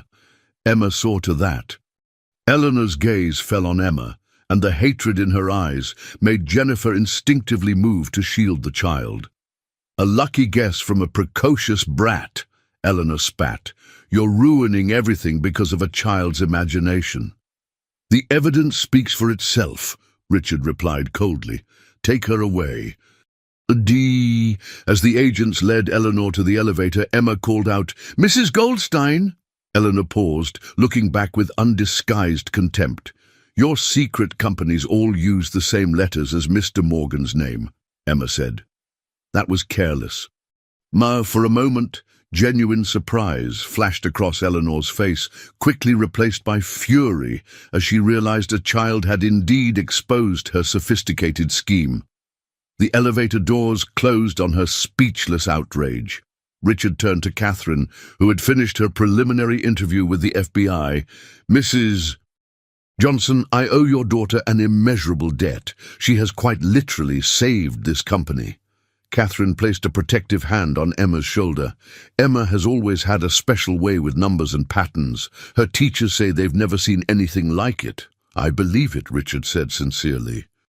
Which is why, in addition to your reinstatement, I'd like to offer Emma a special position as a consultant to our new financial intelligence division, with appropriate compensation directed to her education fund, of course. Catherine looked startled. She's 8 years old, Mr. Goldstein.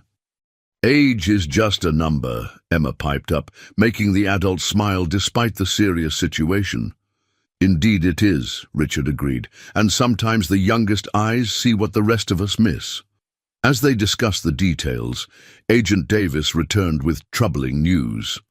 We've located most of the missing funds, he reported, but there's a complication. Victor Morgan appears to have been tipped off. He emptied his primary accounts an hour ago and hasn't been found at any of his known locations. Richard's expression darkened. Eleanor must have warned him somehow. "We're implementing all appropriate security measures," Agent Davis assured them. "But until Morgan is in custody, everyone involved in uncovering this fraud should exercise caution." Catherine instinctively pulled Emma closer. "Are you saying my children could be in danger?" It's just a precaution," Agent Davis said diplomatically, but his eyes conveyed greater concern. Richard immediately stepped in. "I've already arranged for security details for key personnel. That includes you and your family, Mrs. Johnson, and the temporary housing I mentioned is in this building's secure residential section." The following morning, Catherine Johnson settled into her new office, a spacious corner suite on the 44th floor with sweeping views of Lake Michigan. At Richard's insistence, an adjoining room had been quickly converted into a comfortable space for Emma and Liam, complete with a crib, children's books, and a small desk where Emma could work on her consulting projects. "This is bigger than our whole apartment," Emma marveled, exploring the space while Catherine fed Liam his morning bottle. Catherine smiled, though her eyes reflected disbelief at how dramatically their circumstances had changed in just 24 hours. Yesterday morning, they'd faced eviction and empty cupboards. Today, she had not only regained her job, but been promoted to an executive position with a salary that would solve their financial worries for good. A knock at the door interrupted her thoughts. Jennifer Hayes entered, carrying a stack of folders. "The press is having a field day," she announced, setting the folders on Catherine's desk. "The story broke this morning. Child genius saves billion-dollar company. Richard is holding them off for now, but they're clamoring for interviews." Catherine's protective instincts flared. "Absolutely not. Emma is 8 years old. She's not doing press interviews." Jennifer nodded. "Richard feels the same way. He's issued a statement confirming the fraud's discovery, but keeping Emma's involvement anonymous." Emma looked up from the children's tablet Richard had given her. "Is Mrs. Goldstein going to jail?" The adults exchanged glances. "That's for the courts to decide," Catherine said carefully. "But what she and Mr. Morgan did was very serious. The FBI has frozen all the accounts Emma identified," Jennifer added. "They've already recovered about $350 million. The rest was spent or moved offshore." Catherine sighed, turning to the financial reports Jennifer had brought. "How bad is the damage to the company?" "Better than expected now that we've recovered most of the stolen funds, but there's still the matter of investor confidence. The stock is down 30% since the news broke." Emma, who had been quietly listening, spoke up. "You need to show them you're stronger now, not weaker." Both women turned to her. "What do you mean, sweetheart?" Catherine asked. Emma set down her tablet and approached the desk with the seriousness of a miniature executive. "When Billy Thomas stole my lunch money last year, the other kids were scared he'd take theirs too. But when I stood up to him and got my money back, they weren't scared anymore. They saw he wasn't as strong as they thought." Jennifer smiled at the child's simple wisdom. "Out of the mouths of babes." "She's right," Catherine realized, turning to the stock reports with fresh eyes.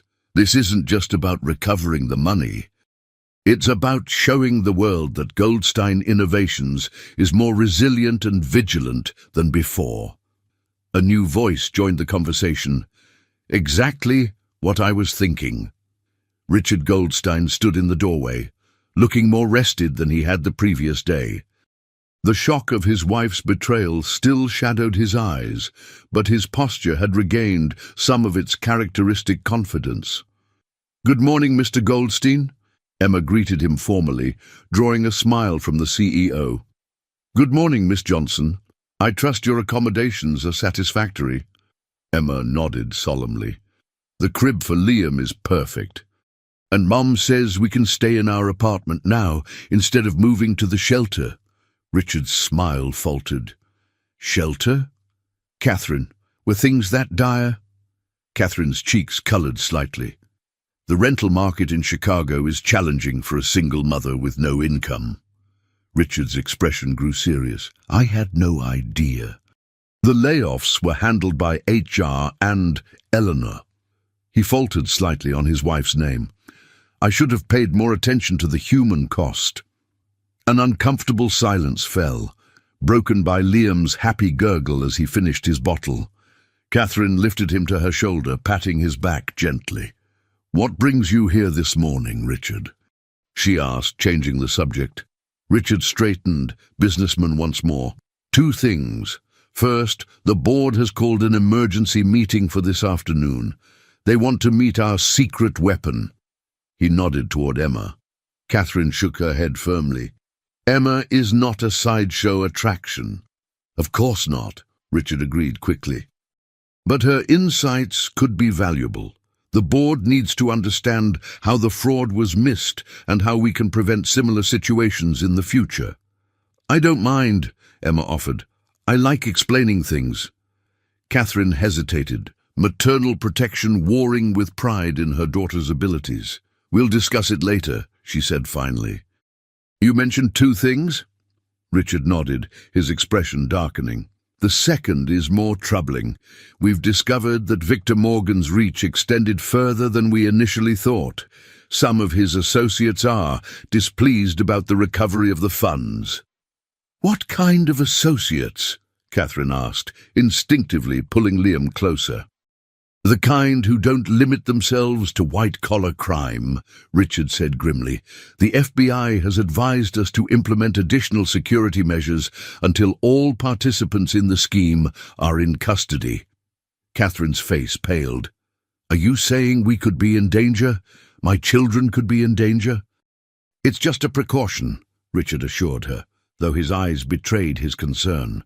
I've arranged for security details for key personnel involved in uncovering the fraud. That includes you and your family. Emma watched this exchange with the quiet intensity that had become her hallmark. Like bodyguards? She asked. Richard nodded. Professional security specialists. They'll be very discreet. The boardroom of Goldstein Innovations occupied the entire top floor of the building, its floor-to-ceiling windows offering a 360-degree view of Chicago's magnificent skyline. 12 men and women, among the most powerful business leaders in the country, sat around a massive table of polished walnut, their expressions ranging from skepticism to curiosity, as Katherine Johnson entered with Emma beside her. Richard Goldstein rose to greet them, his authoritative presence commanding immediate attention despite the personal and professional upheaval of the past 48 hours. Ladies and gentlemen of the board, I present Katherine Johnson, our new head of financial intelligence, and her daughter Emma Johnson. Emma felt 12 pairs of eyes studying her intently. She straightened her shoulders and met their gazes directly, refusing to be intimidated by their power or position. Is this some kind of joke, Richard? Asked an older man at the far end of the table. You've called an emergency board meeting to introduce a child. This child, Walter, Richard replied evenly, uncovered a $500 million fraud that our entire financial team missed. She identified the specific methods used to conceal the embezzlement and traced the money to its destinations. I believe that warrants the board's attention. Walter harumphed skeptically, but fell silent. A woman with steel-grey hair and piercing eyes leaned forward. How old are you, young lady? She asked Emma directly. 8 3/4, Emma answered confidently. 9 in October. And how exactly did you discover this fraud that eluded our highly paid financial analysts? The woman continued. Emma looked to her mother, who nodded encouragingly. I noticed the numbers didn't make pictures the way they should, Emma explained. Financial data has patterns, like connect the dots puzzles. When the dots connect wrong, someone's changing the picture. The board members exchanged glances, some bemused, others intrigued. Show them, Emma, Catherine suggested gently. Emma approached the large touchscreen display at the front of the room. With surprising confidence, she pulled up the company's financial flowcharts and began tracing the patterns of fraudulent transactions, explaining in her clear child's voice how money had been siphoned through multiple channels. "See here? These transfers all happen on the 15th of each month, exactly 3 hours after normal vendor payments. And here, these shell companies all have names that are anagrams of Victor Morgan, just rearranged with extra letters." As Emma continued her explanation, the skepticism in the room gradually transformed into astonishment. Even Walter was leaning forward, his bushy eyebrows raised in surprise. "The child is right," he admitted grudgingly. "I've been reviewing financial statements for 40 years, and I miss these patterns completely." The steel-haired woman, Diane Forrester, chairwoman of the board, turned to Richard. "What does this mean for the company moving forward? The press is having a field day with Eleanor's arrest. Our stock has taken a significant hit." Richard nodded to Catherine, who stepped forward professionally. "We've prepared a 3-phase recovery plan," she explained, bringing up a new display. "Phase 1 involves complete transparency about the fraud and the recovery of funds. Phase 2 focuses on restructuring our financial oversight systems to prevent similar vulnerabilities. And Phase 3 introduces our new Financial Intelligence Division, which will implement enhanced security protocols across all departments." Emma watched her mother with pride, remembering the nights Catherine had spent teaching her about financial models while preparing her own presentations for work. Now those same skills were being used to save the company that had once discarded her. "And where does the child fit into this plan?"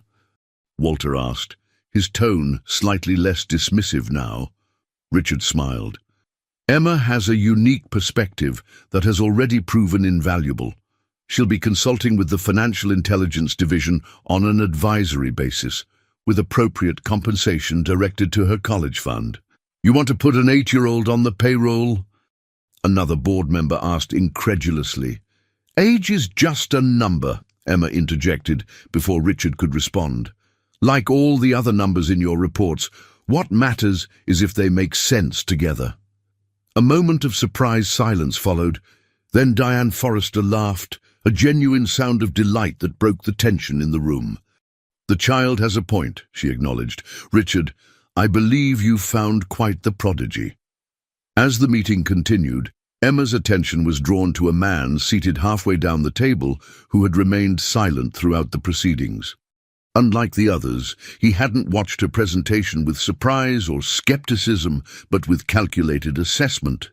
There was something in his gaze that made Emma instinctively uneasy. When the meeting broke for a brief recess, Emma tugged at her mother's sleeve. "Who's that man?" she whispered, discreetly indicating the silent board member. Catherine glanced over. "That's Robert Caldwell. He joined the board about a year ago. He represents some of our largest investors." Emma frowned. "He looks at me funny." Catherine's protective instincts immediately sharpened.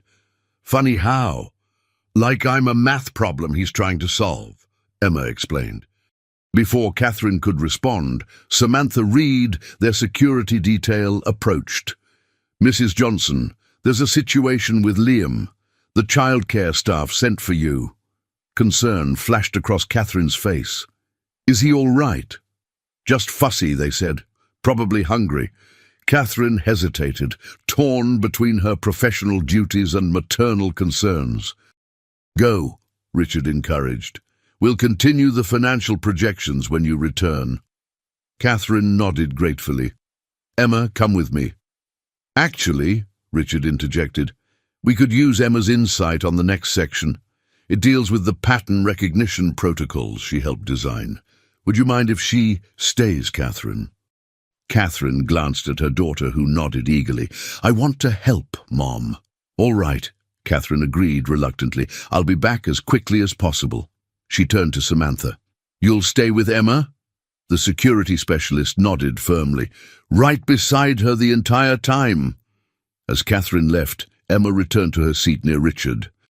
The board members began discussing technical aspects of the financial recovery plan, but Emma's attention kept drifting to Robert Caldwell, who was now typing something on his tablet, his expression unreadable. When the discussion turned to the new security protocols, Richard invited Emma to explain the pattern recognition system she had envisioned. "It's like teaching a computer to see pictures in the numbers," Emma explained, approaching the display again. "Financial transactions follow patterns like animal migrations. When something moves against the pattern, the system flags it for human review." "Impressive," Diane Forrester commented after Emma's explanation of the pattern recognition system. "And this was your idea?" Emma nodded. "Mom taught me about patterns in data. I just thought about how to find the weird ones automatically." "And how would this system have detected the fraud?" Robert Caldwell spoke for the first time, his voice coolly analytical. "It would have flagged the duplicate signatures immediately, and the shell companies would have been identified by their naming patterns," Emma replied confidently. A subtle tension filled the room as Caldwell and Emma locked eyes across the table. The moment was broken when Catherine returned with Liam, now contentedly drinking from a bottle. When the board finally voted to approve the recovery plan, Richard concluded the meeting with renewed confidence. As the board members filed out, most stopped to congratulate Catherine and express amazement at Emma's abilities. Only Caldwell left without a word, his calculated gaze lingering on Emma until the elevator doors closed behind him. "You did wonderfully," Richard told Emma. "You have a natural gift for explaining complex concepts." Emma smiled, but couldn't shake her unease about Caldwell. "Mr. Goldstein, why was Mr. Caldwell so interested in me?" Richard's expression flickered slightly. "Robert represents some powerful investment groups. He's always looking for competitive advantages." "He didn't seem happy that I found the fraud," Emma observed. "Some people are uncomfortable when their assumptions are challenged," Catherine explained carefully, "especially by someone they didn't expect." As they prepared to leave, Richard's assistant rushed in, her expression troubled. "Mr. Goldstein, the FBI just called. They need to speak with you immediately."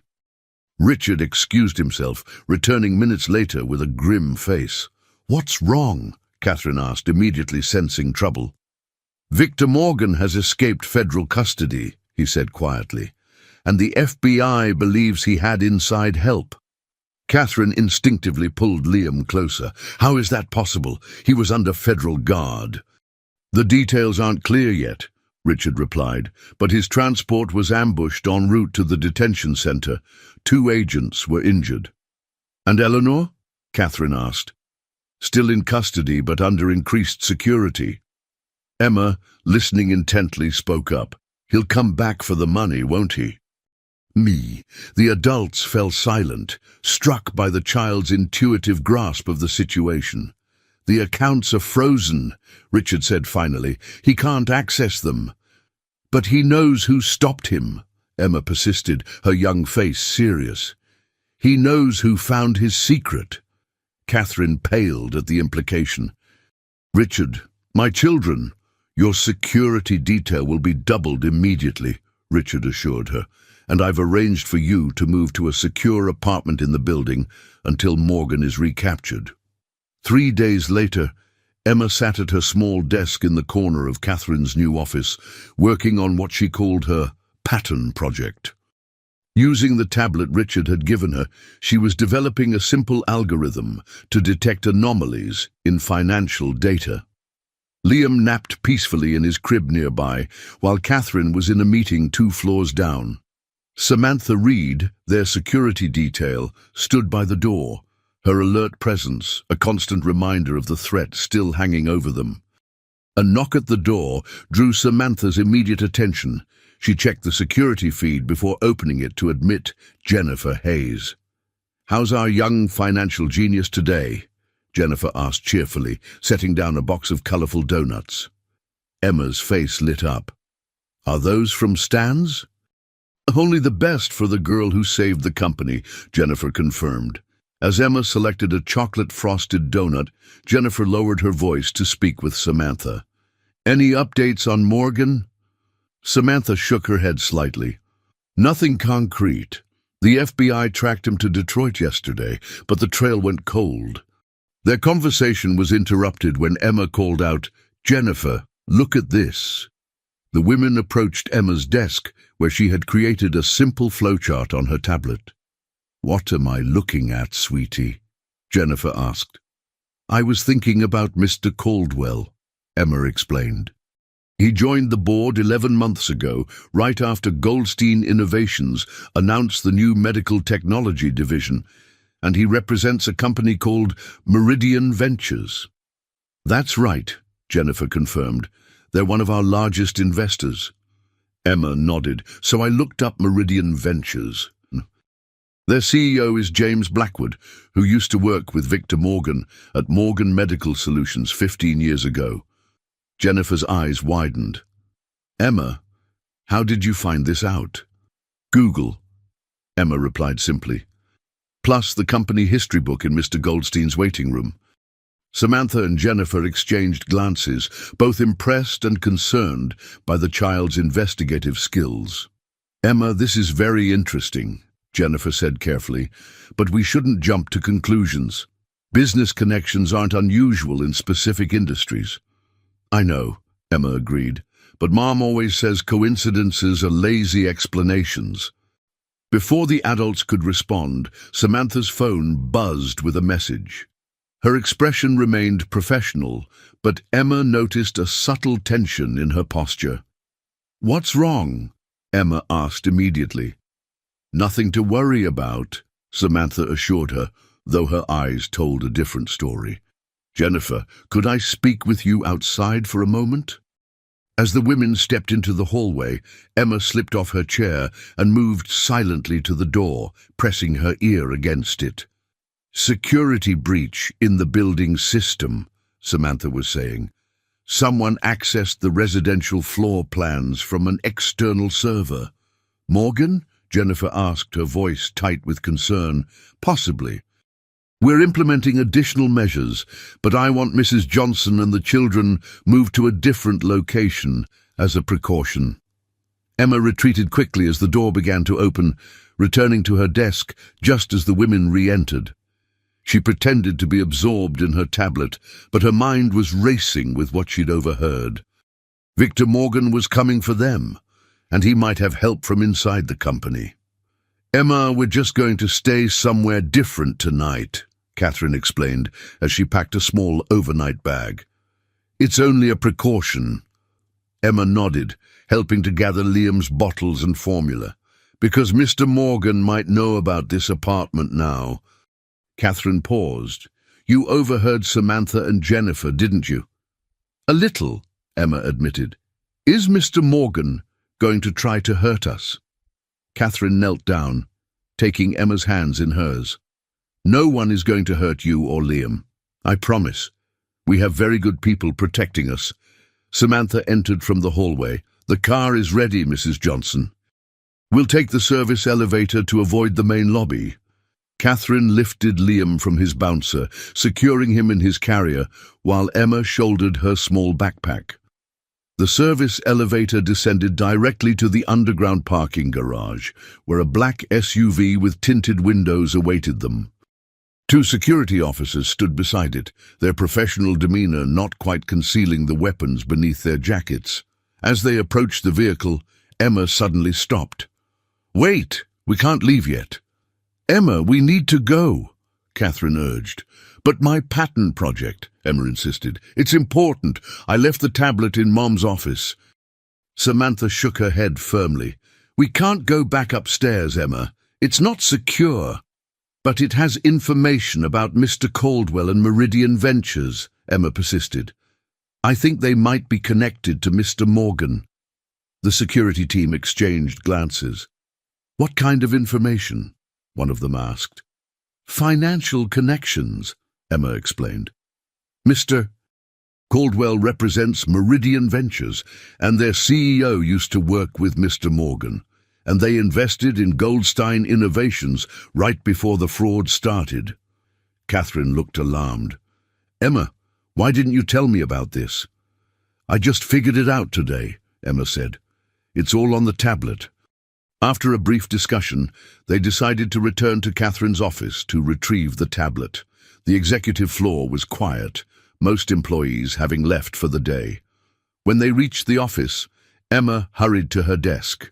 "It's not here," she said, confusion and alarm in her voice. "The tablet is gone."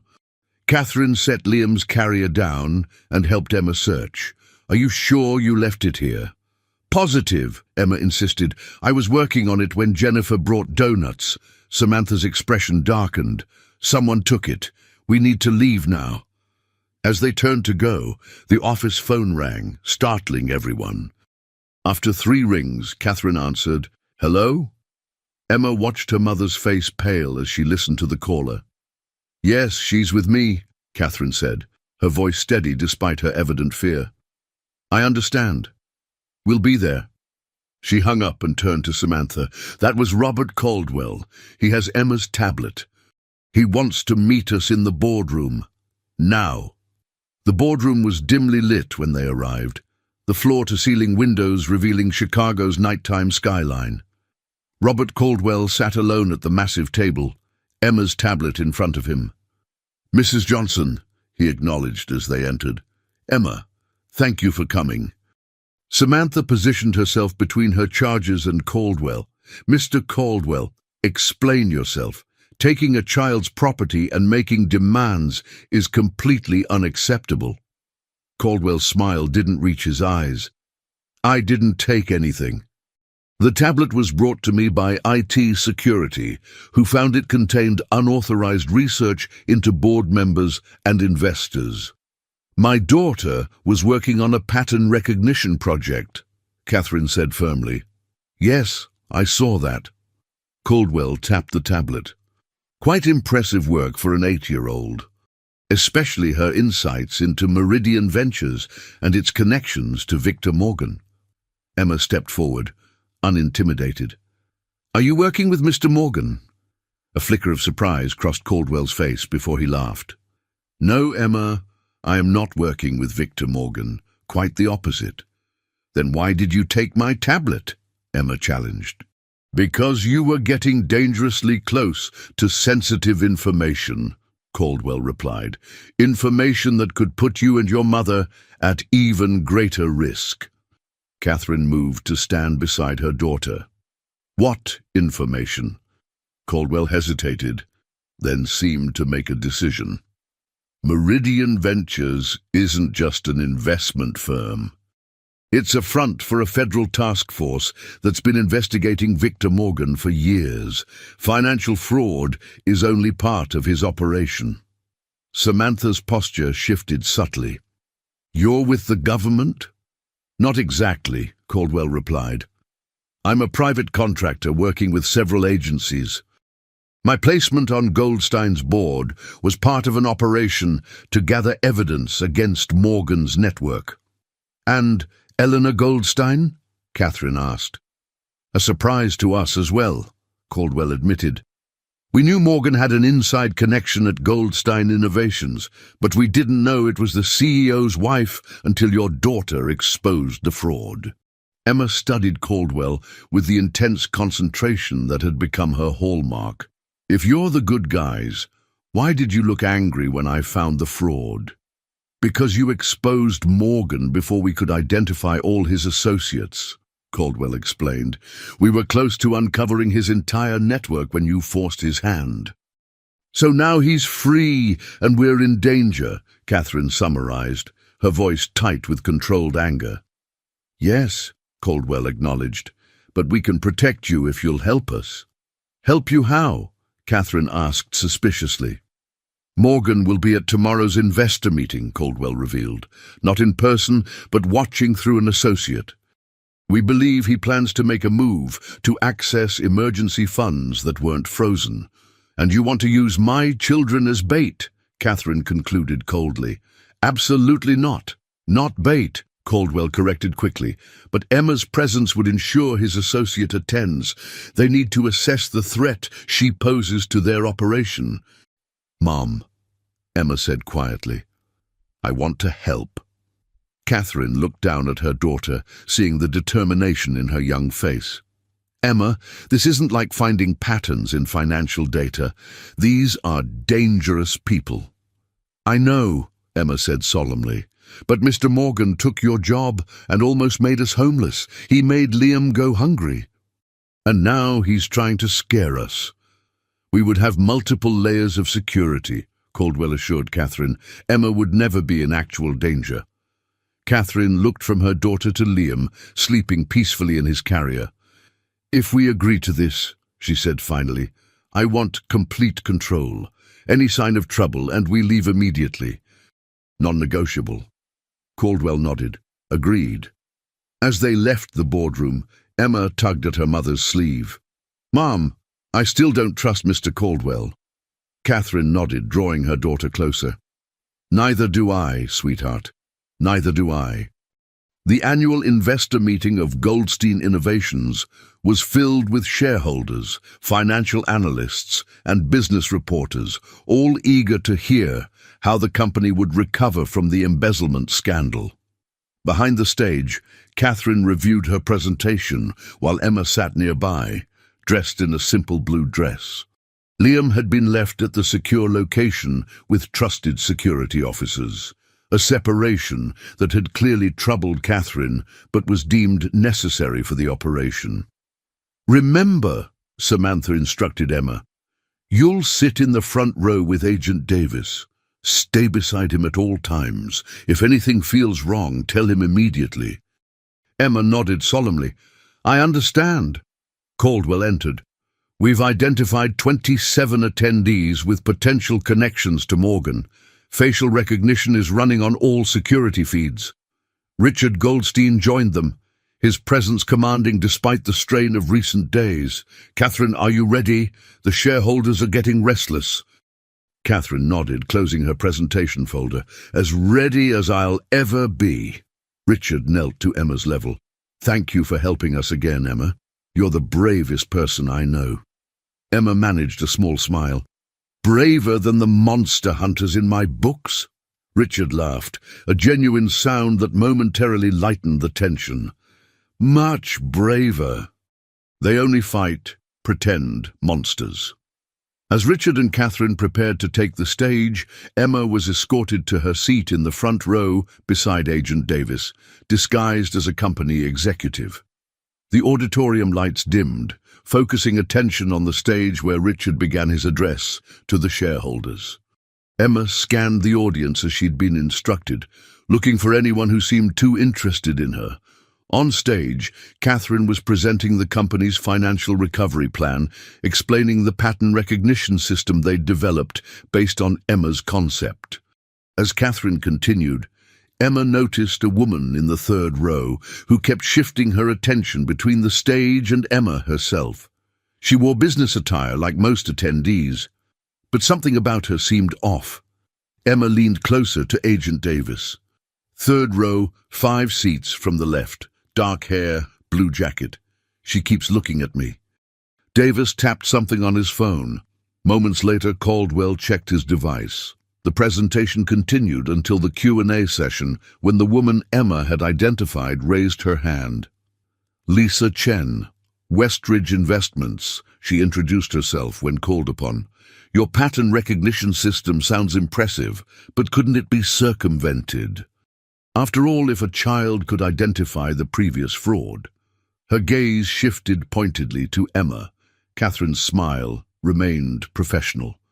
"While no system is completely foolproof, ours uses adaptive learning. And as for my daughter's insights, sometimes the most unexpected perspectives reveal what experts miss." As the Q&A ended and the audience began to rise, Davis put a protective hand on Emma's shoulder. "Stay close, we're moving you out now." But before they could leave, the woman in the blue jacket approached. "Excuse me, you must be the famous Emma Johnson. I'm Lisa Chen." Davis stepped slightly forward. "I'm sorry, but we need to go." And the woman's smile tightened. "Of course, I just wanted to give Emma my card." She held out a business card.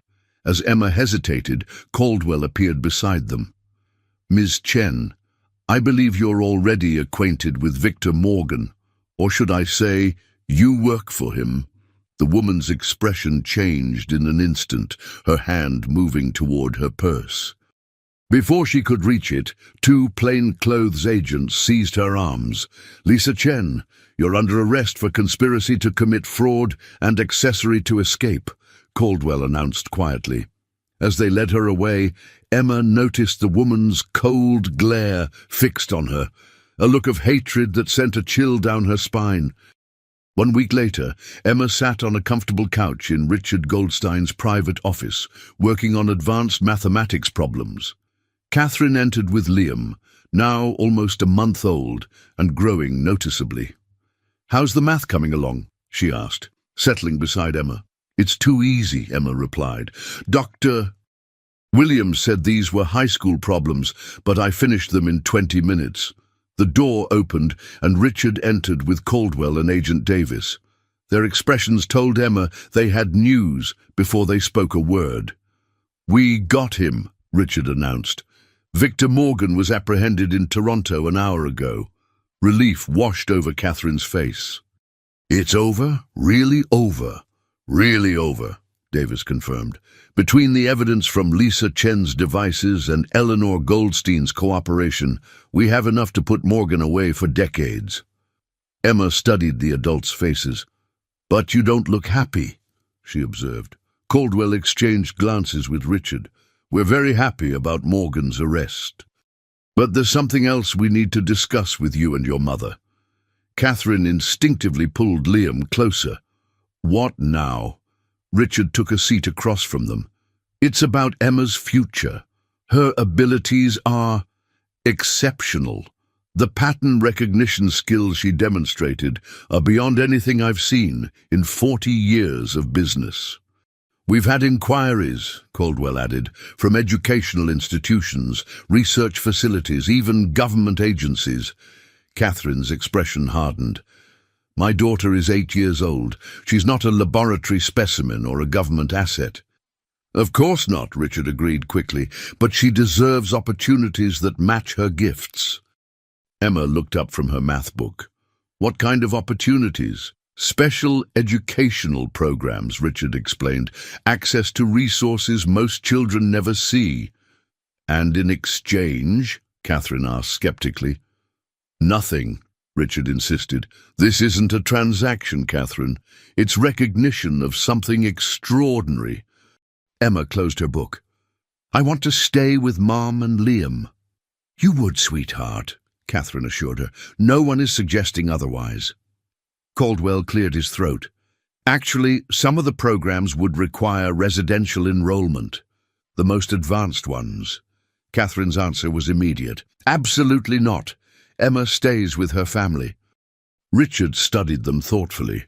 "What if we created something new? A program here at Goldstein Innovations, tailored specifically for Emma, with the best educators and resources, but no separation from her family." "And no government involvement," Catherine added firmly. "I can work with that," Caldwell conceded. Emma had been quiet, thinking. Could other kids join too? Kids who are good with patterns but don't have opportunities? Richard blinked, surprised by the question. "I suppose they could. A scholarship program, perhaps?" Emma nodded. "Then it's not just about me. That feels better." "Mom," she said suddenly, "remember when Dad left, and you said sometimes the worst things lead to the best things if you're brave enough to keep going?" Catherine's eyes softened. "I remember, sweetheart." "You were right," Emma said simply, reaching out to touch Liam's tiny hand. The baby grasped her finger with surprising strength. Richard watched this interaction with warmth. "Emma, I never properly thanked you for saving my company." Emma looked up, her expression serious beyond her years. "You did thank me. You gave Liam his milk and Mum her job back. That was the easy part," Richard admitted.